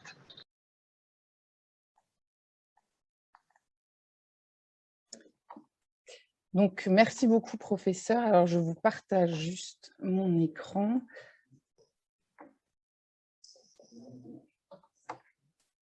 Alors, j'espère que vous voyez bien mon écran. Oui, c'est bon. Donc, bonjour. Donc, je m'appelle Marine Andrès.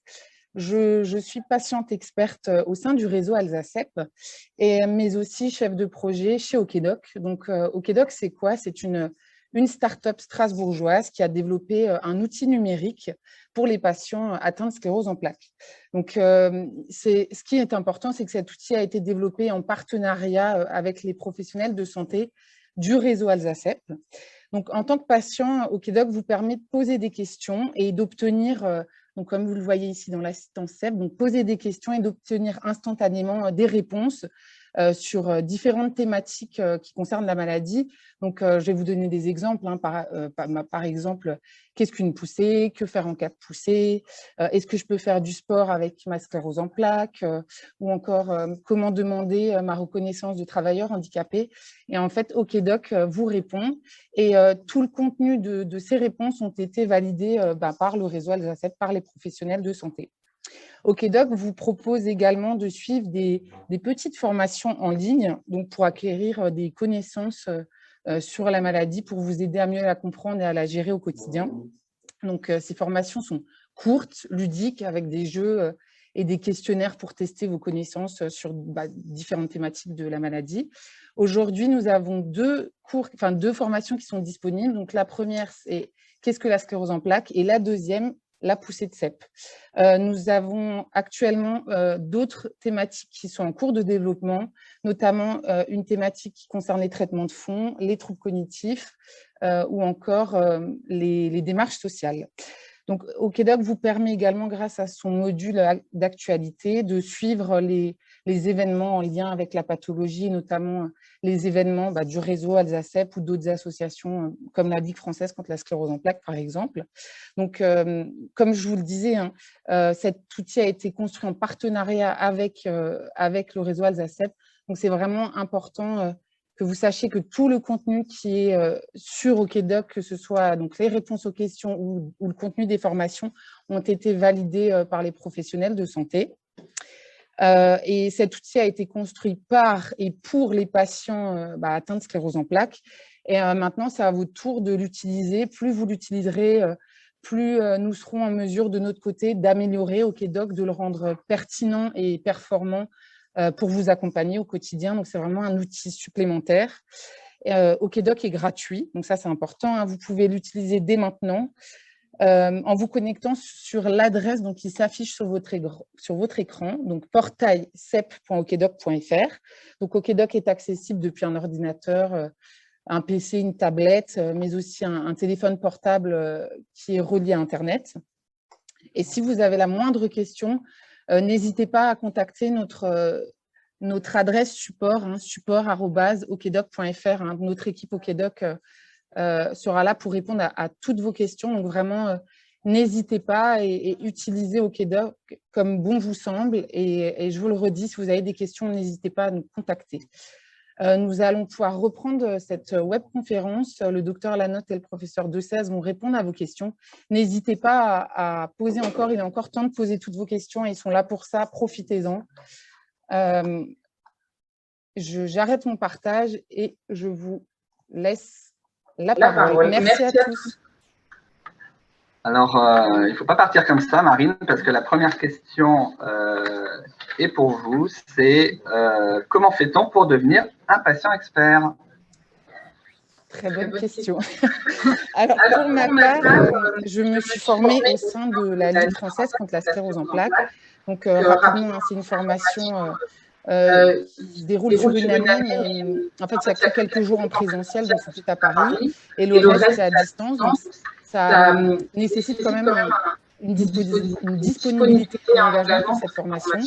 Et en fait, c'est vraiment une formation générale sur la maladie, sur différentes choses, sur tous les acteurs en lien avec la maladie, pour vraiment que le patient expert devienne un porte-parole de tous les patients, auprès des réseaux, auprès des laboratoires pharmaceutiques, des médias, du grand public, pour sensibiliser le grand public. Et du coup, pour être patient expert, on peut se former auprès de la Ligue française contre la sclérose en plaques, mais il existe d'autres formations. Il y a d'autres associations, même dans la CEP, qui proposent des formations. Alors, ce n'est pas forcément patient expert, il y a d'autres noms, ça peut être patient partenaire, patient intervenant. Donc, vous pouvez regarder, renseignez-vous auprès d'autres associations et n'hésitez pas à me contacter par l'intermédiaire du réseau si vous voulez qu'on échange. Si jamais mon adresse mail, andresmarine@orange.fr. Vous pouvez me contacter si vous voulez plus de réponses concernant les patients experts. Merci Marine. Alors, on va faire les questions un petit peu dans l'ordre des exposés. Donc, je vais déjà répondre aux premières questions qui sont sur le Covid et la Covid, on devrait dire. J'ai un peu de mal à le féminiser. Donc, la Covid-19, beaucoup de questions, vous vous en doutez, mais qui sont un peu tout autour de la troisième dose, en fait. C'est sûr que cette troisième dose qui a été recommandée il y a tout juste un mois pose question. Alors, pour être très simple, aucun traitement de la sclérose en plaques ne nécessite une troisième dose, sauf Ocrevus et rituximab, où c'est clairement établi, il faut faire une troisième dose, même si on n'a pas de preuve d'efficacité de cette troisième dose. Je vais vous donner un exemple. C'était tout récent, donc c'était simplement pour l'instant 2 patients. Un patient qui était vraiment à la limite normale de son laboratoire était à 13, il était à 14 après la deuxième dose, je lui ai fait faire la troisième dose et maintenant il est à 60. Entre-temps, il a refait une perfusion d'Ocrevus et il est toujours aux alentours de 60. Donc vous voyez, même quand vous refaites une perfusion, ça reste, les anticorps restent là. Et j'ai une deuxième patiente qui a eu 3 doses et qui, pour l'instant, est toujours en dessous du seuil de réponse. Alors, ça ne veut pas dire que cette personne n'est pas protégée, encore une fois, je vous ai montré que l'immunité cellulaire pouvait agir, mais on ne va pas faire non plus 15 doses en attendant que ça répondra peut-être jamais. Donc voilà, mais on a quand même des exemples de personnes pour qui la troisième dose permet de franchir le seuil de positivité, donc c'est intéressant.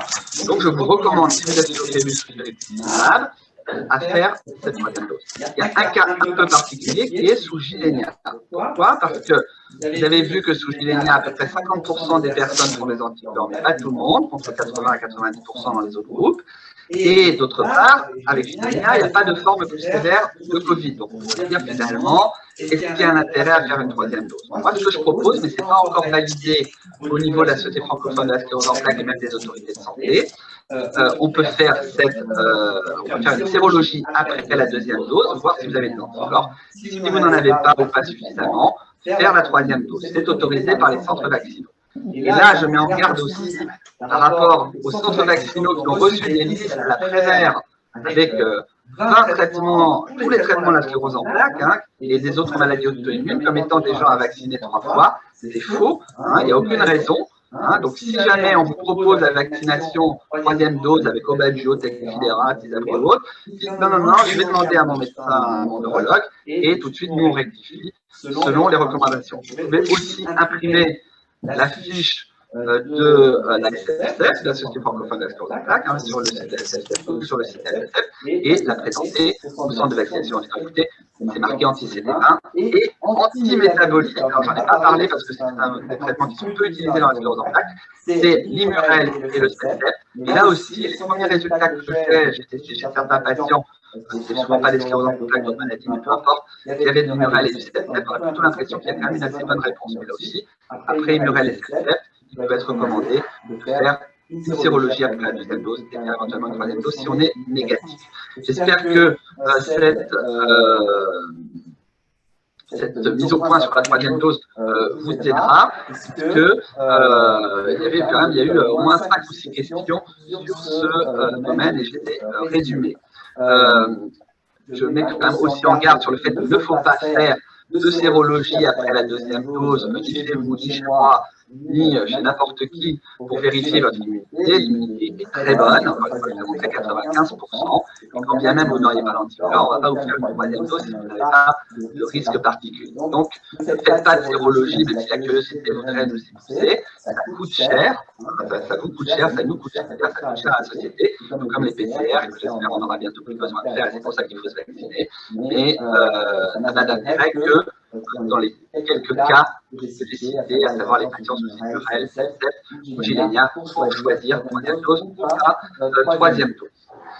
Si on continue sur le Covid, on a une question sur est-ce que la recherche contre la Covid a permis d'apporter des pistes thérapeutiques intéressantes contre les maladies neurodégénératives et contre la sclérose en plaques. Vous avez peut-être entendu parler justement de ces techniques utilisant l'ARN messager comme pouvant également être des vaccins entre guillemets contre les maladies neurodégénératives. Bon, c'est très préliminaire, ça fait plus de 10 ans que cette technologie ARN messager existe, mais c'est vrai que l'épidémie a boosté cette recherche autour des ARN messagers et qu'on peut espérer dans les années à venir que des recherches avancent dans ce domaine. Et pour l'instant, c'est très préliminaire, c'est pour ça que je ne vais pas parler dans les pistes thérapeutiques à court ou moyen terme. Autre question sur toujours la Covid, et on en aura, je pense, terminé, c'est de savoir comment expliquer qu'un an, presque 1 an et demi après avoir fait la Covid, on a toujours des symptômes de la maladie. Alors, c'est ce qu'on appelle, on ne sait pas très bien ce que c'est, mais le Covid long. On a en effet détecté chez des patients, mais pas des patients sclérose en plaques, chez toute la population générale, des gens qui après 1 an et demi de Covid restent très fatigués, ont des symptômes résiduels, des difficultés à se concentrer, des douleurs, etc. Ce qu'on appelle le Covid long, c'est en plein débrouillage actuellement. C'est probablement un peu un fourre-tout entre des gens qui ont en effet de vrais symptômes et d'autres personnes qui sont peut-être juste à bout parce que voilà, ça fait 1 an qu'on vit des conditions un peu compliquées sur le plan professionnel, sur le plan social, etc. Donc, n'hésitez pas à en parler à votre médecin, mais ça n'est pas quelque chose de spécifique à la sclérose en plaques. J'avais aussi, encore pour terminer sur Covid, donc, 2 questions. Est-ce qu'il faut faire une 4e dose si on est négatif? Non, on peut faire 4, 5, 6. Pour l'instant, il n'y a pas de raison. On s'arrête à 3 doses, c'est les recommandations du gouvernement. Une autre question sur est-ce que la protéine spike peut être dangereuse? Non, puisque ce n'est pas directement la protéine que l'on injecte, mais son ARN messager. L'ARN messager n'évolue pas vers une protéine, il reste bloqué. Et dernier point, donc si vous allez être mis sous Ocrevus, vous n'avez pas besoin de faire 3 doses.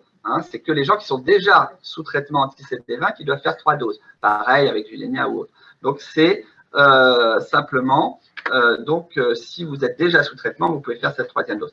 Et on avait aussi une question sur des patients qui ont fait les 2 doses et puis leur perfusion d'Ocrevus est arrivée. Eh bien, dans ce cas-là, vous pouvez très bien faire votre 3e dose 1 mois après la perfusion.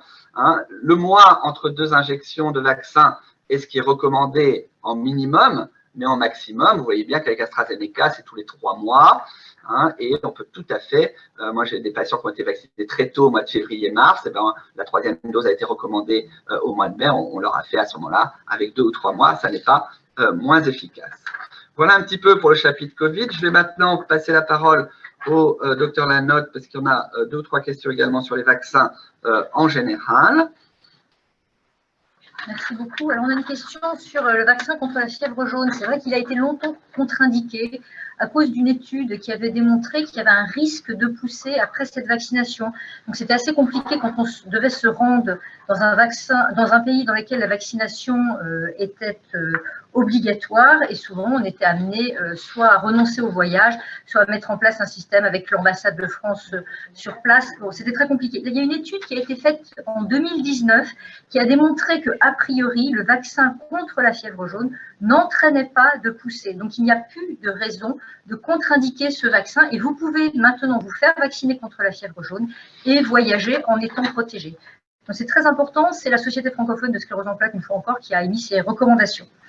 Une question sur le vaccin contre la coqueluche à 52 ans. Est-ce que c'est nécessaire? Oui, c'est nécessaire. C'est nécessaire parce que si vous attrapez la coqueluche, alors si vous avez déjà été vacciné, vous avez peu de risques de l'attraper, c'est vrai. Mais si vous l'attrapez, vous risquez de faire une forme grave, et surtout vous risquez de la transmettre à un nouveau-né ou à un nourrisson non encore vacciné. Et ça, c'est dramatique parce que votre responsabilité, je pense, serait assez lourde. Donc oui, il faut se faire vacciner. C'est dans le cadre de l'immunité collective, même si on a 52 ans, même si on a 65 ans, contre la coqueluche. D'autres questions qui sont peut-être plus sur est-ce que l'Aubagio peut déclencher d'autres maladies auto-immunes? Pas à ma connaissance. L'Aubagio n'interagit pas avec. La vie est ainsi faite qu'on peut avoir simultanément plusieurs maladies auto-immunes. C'est une dérégulation, une mauvaise réaction du système immunitaire. Et lorsqu'on a une maladie auto-immune, on peut en avoir d'autres. C'est quelque chose qu'on rencontre relativement fréquemment dans la SEP, des gens qui ont une sclérose en plaques, qui avaient un diabète ou qui ont une thyroïdite. Et donc, il est possible, et c'est sans rapport avec le traitement ni Aubagio, ni d'ailleurs les autres traitements. Aucun traitement n'est incriminé dans le déclenchement de maladies auto-immunes. Alors, je vais reprendre la parole un petit peu pour maintenant la partie sur les avancées thérapeutiques et technologiques. Beaucoup de questions. Encore une fois, je vous remercie parce que avec vos questions, vous animez le débat, et une question qu'une personne se pose, je pense que 10 à côté se l'est posée mais n'a pas osé l'exprimer. Donc, sur les nouveaux traitements, quelqu'un qui pose une question tout à fait pertinente sur le Plegridy, est-ce que l'injection sera encore tous les 15 jours? La réponse est oui. On pourra se la faire soi-même, oui. C'est un peu plus compliqué quand même de faire une intramusculaire qu'une subcutanée, donc ça dépend un petit peu quelle est votre appréhension par rapport aux piqûres. Mais c'est vrai que avec Avonex, par exemple, beaucoup de patients s'auto-injectent. Après, c'est vrai que tous les 15 jours, c'est moins contraignant si une infirmière doit venir vous injecter, mais en tout cas, ça sera toujours tous les 15 jours. Une autre question sur comment participer aux essais thérapeutiques. Alors là, c'est un peu compliqué de rentrer dans le détail, mais je crois que le plus simple, c'est d'en parler à votre neurologue. Tous nos neurologues sont affiliés à Alzacep et suivent régulièrement nos conférences, et donc ils savent très bien quelles sont et nos formations, ils savent très bien quels sont les protocoles qui sont mis en place. Il y a beaucoup de questions, et ça, je trouve ça très intéressant parce que ça fait longtemps qu'on n'a pas parlé dans nos différentes conférences de l'IRM. Alors, une première question qui est, savez-vous s'il y a des IRM non fermés pour les claustrophobes? Alors oui, il y en a un petit peu partout en France, mais pas en Alsace. Donc, il faut vous renseigner par rapport à la proximité de chez vous. On trouve ça sur Internet. Je crois qu'il y en a une à Nancy ou en tout cas en Lorraine. Sinon, il y en a aussi en Allemagne, mais bien sûr, il faut demander une entente préalable auprès de la sécurité sociale. Autre question, est-ce qu'il n'y a que à Haute-Pierre, enfin que au CHU, que l'on peut faire ces IRM de comparaison des images d'une fois sur l'autre? Non, c'est des logiciels qui se développent de plus en plus, mais c'est vrai qu'on l'utilise en routine maintenant depuis peu à Haute-Pierre et au nouvel hôpital civil, mais ça va se développer et c'est de plus en plus accessible. Alors, il y a des questions sur j'ai une IRM qui montrait beaucoup de lésions, mais qui ne montre pas plus de lésions 2 ans après. Est-ce que ma sclérose en plaques est de bon ou de mauvais pronostic? Il est évident que c'est plutôt de bons pronostics, puisque bien sûr, c'est surtout la modification de l'IRM et la fréquence des poussées au début qui peut être péjoratif et qui nous font changer de traitement. Mais 2 ans, c'est un peu court, hein, je dirais. Et donc, bien sûr, c'est difficile de se projeter sur le plus longtemps. Mais bien sûr, c'est assez intuitif. Il vaut mieux que l'IRM ne bouge pas. À l'inverse, on a une question sur comment expliquer que mon IRM ne bouge pas, je ne fais pas de poussée et ma maladie progresse. C'est typiquement ce qu'on appelle la forme secondairement progressive. C'est plutôt généralement vers 45-50 ans que cette forme survient. Et c'est parfois à ce moment-là qu'on décide de changer de traitement ou de vous mettre dans des protocoles thérapeutiques parce qu'on a assez peu de traitements très efficaces sur ces formes secondairement progressives. Mais c'est vrai qu'au début, c'est plutôt une bonne nouvelle. Mon IRM ne bouge pas, mais ce que vous ressentez au quotidien, vos difficultés à la marge, vos difficultés physiques sont bien sûr plus importantes que l'IRM. Et parlez-en à votre neurologue, éventuellement on verra s'il y a un traitement à changer. Mais c'est ce qu'on appelle typiquement la forme secondairement progressive. Alors, on a aussi une question sur le protocole sur le cannabis. Où en sont ces protocoles? Vous savez qu'il y a eu pas mal de battage médiatique pour dire que les traitements contre le cannabis, contre la sclérose en plaques à base de cannabis et contre d'autres maladies, surtout les douleurs, étaient maintenant acceptés en France. C'est vrai qu'il y a un protocole qui a débuté auquel nous participons à Strasbourg, mais je vous avoue sur la pointe des pieds pour une raison très simple, c'est qu'on espérait avoir le Sativex et ce n'est pas un protocole avec le Sativex, c'est un protocole avec le CBD, et le CBD il est en vente libre dans les herboristeries et les parapharmacies, donc c'est un peu plus encadré. Il est donné alors que sinon ça coûte 50 € par mois, mais il faut venir tous les mois au CHU, il y a des évaluations compliquées. Donc, on va peut-être faire pour quelques patients, mais très franchement, on a été très déçus par ce protocole. Et je pense qu'il faudra attendre l'étape suivante qui va être éventuellement le remboursement de ces dérivés cannabinoïdes. Mais je ne suis pas du tout sûr que ce soit pour l'instant validé en France. Vous connaissez la résistance qu'il y a par rapport à ça. En tout cas, le Sativex, je pense, ne sera jamais malheureusement remboursé en France. Et ça, c'est une décision des autorités de santé. Je me permets tout de même de préciser que les dérivés de cannabis ne sont efficaces que sur les douleurs liées à ce qu'on appelle la spasticité, c'est-à-dire la raideur dans les membres liée à la sclérose en plaques et pas du tout sur la maladie. Hein. Jamais le cannabis n'a permis d'avoir une quelconque action, soit anti-inflammatoire, soit neuroprotectrice, soit remienisante. C'est juste un médicament, on va dire, de confort, qui est très utile pour les gens qui souffrent de ces raideurs et de ces douleurs, mais ça concerne moins de 5% des patients sclérose en plaques. Toujours dans les thérapeutiques, une question sur les effets indésirables du Zeposia. Ils sont très superposables à ceux du Gilenya, à savoir essentiellement un petit ralentissement du rythme cardiaque et une augmentation de la tension, mais moindre qu'avec le Gilenya. Également un peu plus d'infection parce qu'on bloque un peu plus le système immunitaire, mais ça reste très minime. Et puis également une attention particulière sur ce qu'on appelle les carcinomes basocellulaires, c'est-à-dire les grains de beauté qui dégénèrent, et aussi exceptionnellement l'œdème maculaire. Donc c'est pour ça qu'il faut voir l'ophtalmo entre le 4e et le 5e mois. Mais c'est des effets secondaires qui sont tout à fait connus avec le Gilenya. Un point également sur le Tysabri, à savoir est-ce que sous Tysabri il faut se faire vacciner? La réponse est oui, hein, bien sûr, comme tous les traitements et comme toutes les scléroses en plaques, allez-y, n'hésitez pas. En tout cas, les réponses vaccinales sont excellentes sous Tysabri. Une autre question qui revient sur le Covid, parce qu'on les prend au fil de l'eau, hein, est-ce que le Covid peut avoir des atteintes neurologiques qui pourraient aggraver la CEP? Très clairement, on a été agréablement surpris. Au début, on pensait qu'on aurait énormément de cas de neuro-Covid, et finalement, on s'est aperçu que le Covid ne rentrait pas dans le système nerveux, sauf chez les patients très très sévères qui vont en réanimation. Il peut y avoir des manifestations vasculaires, comme des micro-AVC, et là, on peut avoir des séquelles. Mais pour le Covid, je dirais de monsieur ou de madame tout le monde qui reste à la maison ou qui est juste hospitalisé pour une petite gêne respiratoire, il n'y a pas de complications neurologiques. Ça peut momentanément aggraver un petit peu vos symptômes de sclérose en plaques, mais il n'y a pas de complications neurologiques. Encore une question sur l'IRM. Sans traitement de fond, est-ce qu'il est nécessaire de consulter, de faire des IRM? Tout dépend. Hein. C'est toujours bien de voir un neurologue une fois par an pour reconnaître un petit peu les nouveautés, se faire examiner, discuter de la maladie. Les IRM, elles ont surtout l'intérêt aussi de montrer l'évolution, notamment lorsqu'on veut se traiter ou lorsqu'on est sous traitement, notamment pendant les premières années. Mais rien n'est obligé, hein. Donc voilà, c'est à vous de voir comment vous vous sentez. On sait qu'il y a des patients qui ne voient jamais de neurologue et qui ne s'en portent pas plus mal.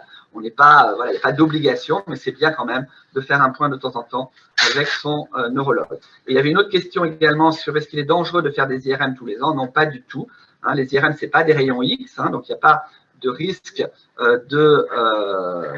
d'irradiation. Hein, on a juste limité un peu le nombre d'injections de gadolinium pour ne pas surcharger l'organisme. Mais bon, même si on doit faire des injections de gadolinium tous les ans, ça n'est pas un problème. On a là aussi amélioré, les radiologues ont amélioré récemment la recherche sur les produits à type de gadolinium. Je redonne la parole au Dr Lanotte pour encore une ou deux questions. Notre webinaire touche à sa fin, mais nous avons encore une ou deux questions. Alors, je compléterai juste la réponse du professeur Dessay sur le suivi neurologique annuel. Peut-être pas neurologique, mais si vous avez une forme progressive, il y a très souvent des prises en charge qu'on peut vous proposer en lien avec les médecins rééducateurs. Et je trouve que c'est important d'être au courant, de faire le point, de se remotiver pour la kiné, pour du yoga, enfin pour des prises en charge qui sont peut-être pas médicamenteuses, mais qui peuvent intégrer éventuellement des médicaments. Mais les rééducateurs sont vraiment d'une aide très précieuse et sont vraiment spécialisés dans la prise en charge des patients atteints de formes secondairement progressives. Il y avait une question sur en dehors des traitements médicaux, y a-t-il des moyens naturels de ralentir la SEP? Alors, en dehors des traitements médicaux, non. Mais il y a des tas de petites choses qu'on peut faire pour améliorer la qualité de vie au quotidien. La première des choses, c'est prendre soin de soi. Ça, vous le savez, on le dit, on le répète. La deuxième chose, c'est de faire attention à son taux de vitamine D. Mais beaucoup d'entre vous sont maintenant supplémentés en vitamine D. Vous pouvune demander à votre médecin traitant et ils le font très volontiers. La deuxième chose, ça ne va peut-être pas plaire à tout le monde, c'est d'arrêter de fumer parce qu'il est quand même montré que le tabac avait une incidence négative sur la SEP et que les gens qui fumaient avaient tendance à avoir une maladie un peu plus sévère, avec des poussées un peu plus sévères. Donc, si c'est difficile pour vous d'arrêter de fumer, c'est important que vous vous fassiez aider. La troisième chose, et je reviens au rééducateur, c'est de maintenir sa forme physique pour plusieurs raisons. La première chose, c'est qu'il a été très clairement démontré depuis de nombreuses années maintenant qu'une activité physique régulière permet de diminuer le niveau de fatigue. Là aussi, il faut vous faire aider. Il ne s'agit pas de vous faire courir un marathon si vous n'aimez pas courir ou de vous jeter dans l'eau si vous n'aimez pas nager. Mais il faut absolument que vous trouviez une activité physique qui vous corresponde, qui vous plaise, qui est réaliste, qui peut s'intégrer dans votre emploi du temps et qui vous permette de vous épanouir et de diminuer le niveau de fatigue. Enfin, il y a des tas d'autres moyens qui ne vont pas ralentir la maladie en elle-même, mais qui vont vous aider, comme de faire du yoga, de faire partie d'un groupe de parole, de faire partie d'un atelier d'éducation thérapeutique, que ce soit CEP et sport. Beaucoup d'offres sont disponibles. On vous encourage vivement à aller voir sur le site Alsace-CEP où elles sont proposées, mais aussi à en parler à votre neurologue qui connaît très bien toutes ces prises en charge. J'aime pas tellement le terme paramédical, je vais dire complémentaire à finalement ce qu'on peut vous proposer ici simplement sur une ordonnance. Des personnes qui n'ont pas de carnet de vaccination. Oui, ça arrive, on ne le retrouve pas. Des situations des femmes et des situations des hommes. Pourquoi? Parce que les hommes qui ont fait un service militaire, donc c'était avant 1995, mais ont été vaccinés à leur service militaire. Donc généralement, c'est un point de départ, on peut partir de cette hypothèse qu'on a été vacciné. Surtout, ce que vous faites, c'est que vous en parlez à votre médecin traitant qui vous connaît. Si vous ne connaissez pas depuis longtemps, il sera peut-être amené à refaire des vaccinations, mais il n'est pas nécessaire de tout refaire, généralement. Ce qui est important, c'est diphtérie, coqueluche, tétanos, polio. C'est un vaccin qui est très bien toléré en plus, ça ne posera pas de problème. Ensuite, il faut discuter d'autres vaccinations qui seront en fonction de la façon dont vous vivez, l'hépatite B si vous voyagez, si vous êtes en contact avec d'autres personnes, la grippe évidemment tous les ans, et ça, il n'y a pas besoin de carnet de vaccination pour être vacciné contre la grippe, et la vaccination Covid pour laquelle le carnet de vaccination n'est pas non plus indispensable. Il y a une question d'une personne dont le papa avait une forme progressive qui s'est développée à partir de 40 ans. Vous savez que les formes progressives se développent plus volontiers quand on avance en âge et qui est inquiète parce qu'elle a peur, elle aussi, d'avoir cette forme progressive. Alors, il y a plusieurs points qui sont très importants. La SEP n'est pas une maladie héréditaire. On ne connaît pas l'origine précise de la SEP. Ce qu'on sait, c'est que les personnes qui développent cette maladie ont un système de défense de leur organisme qui fait que l'organisme se défend contre les bactéries et les virus, mais aussi contre eux-mêmes. C'est la maladie auto-immune. Donc, elle se défend contre la myéline. Cette immunité, elle est déterminée par notre patrimoine génétique.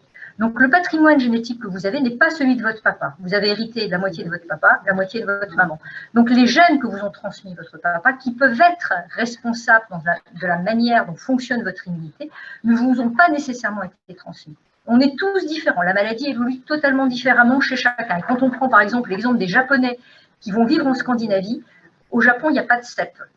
Quand on prend une famille de Japonais, qu'on la transpose en Scandinavie, le risque des enfants d'attraper la CEP devient le même que les petits Scandinaves. Ce qui prouve bien qu'il n'y a pas que l'immunité qui joue et qu'il y a quelque chose qu'on attrape sans doute dans l'enfance qui fait le lit de la CEP, qui déclenche la CEP.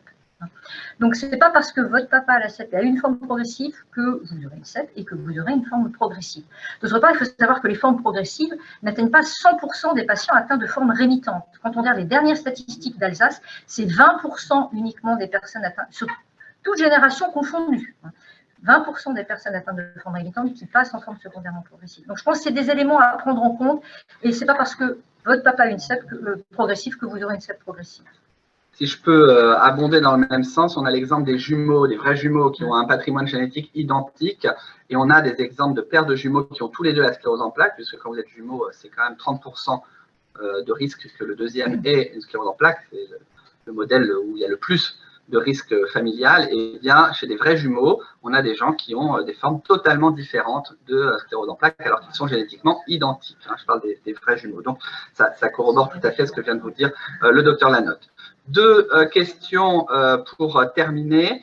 Peut-être une petite précision par rapport à ce que j'ai dit sur le neuro-Covid, parce que donc ce que j'ai voulu dire, c'est qu'il n'y a pas le virus du Covid ne rentre pas dans le système nerveux. On n'a pas eu de méningite à Covid. Quand on fait des tests dans la ponction lombaire, on n'a pas de Covid positif, on aurait pu l'imaginer, c'est vrai avec d'autres virus ou bactéries.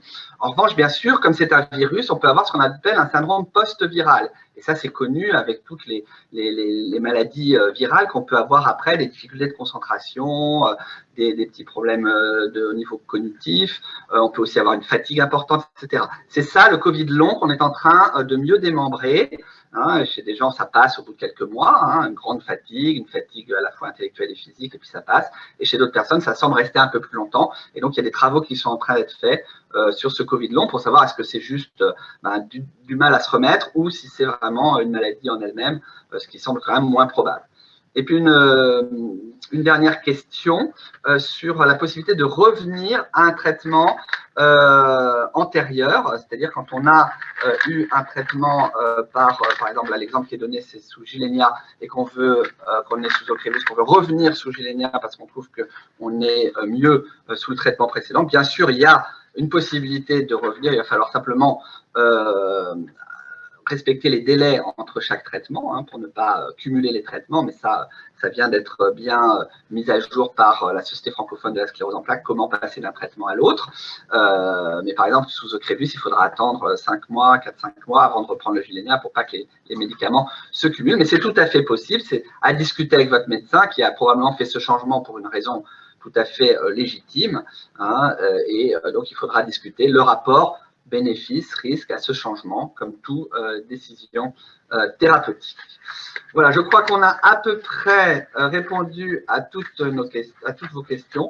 Si jamais il y avait encore des questions après l'émission, vous pouvez bien sûr nous les poser par Internet pour qu'on puisse les répondre a posteriori.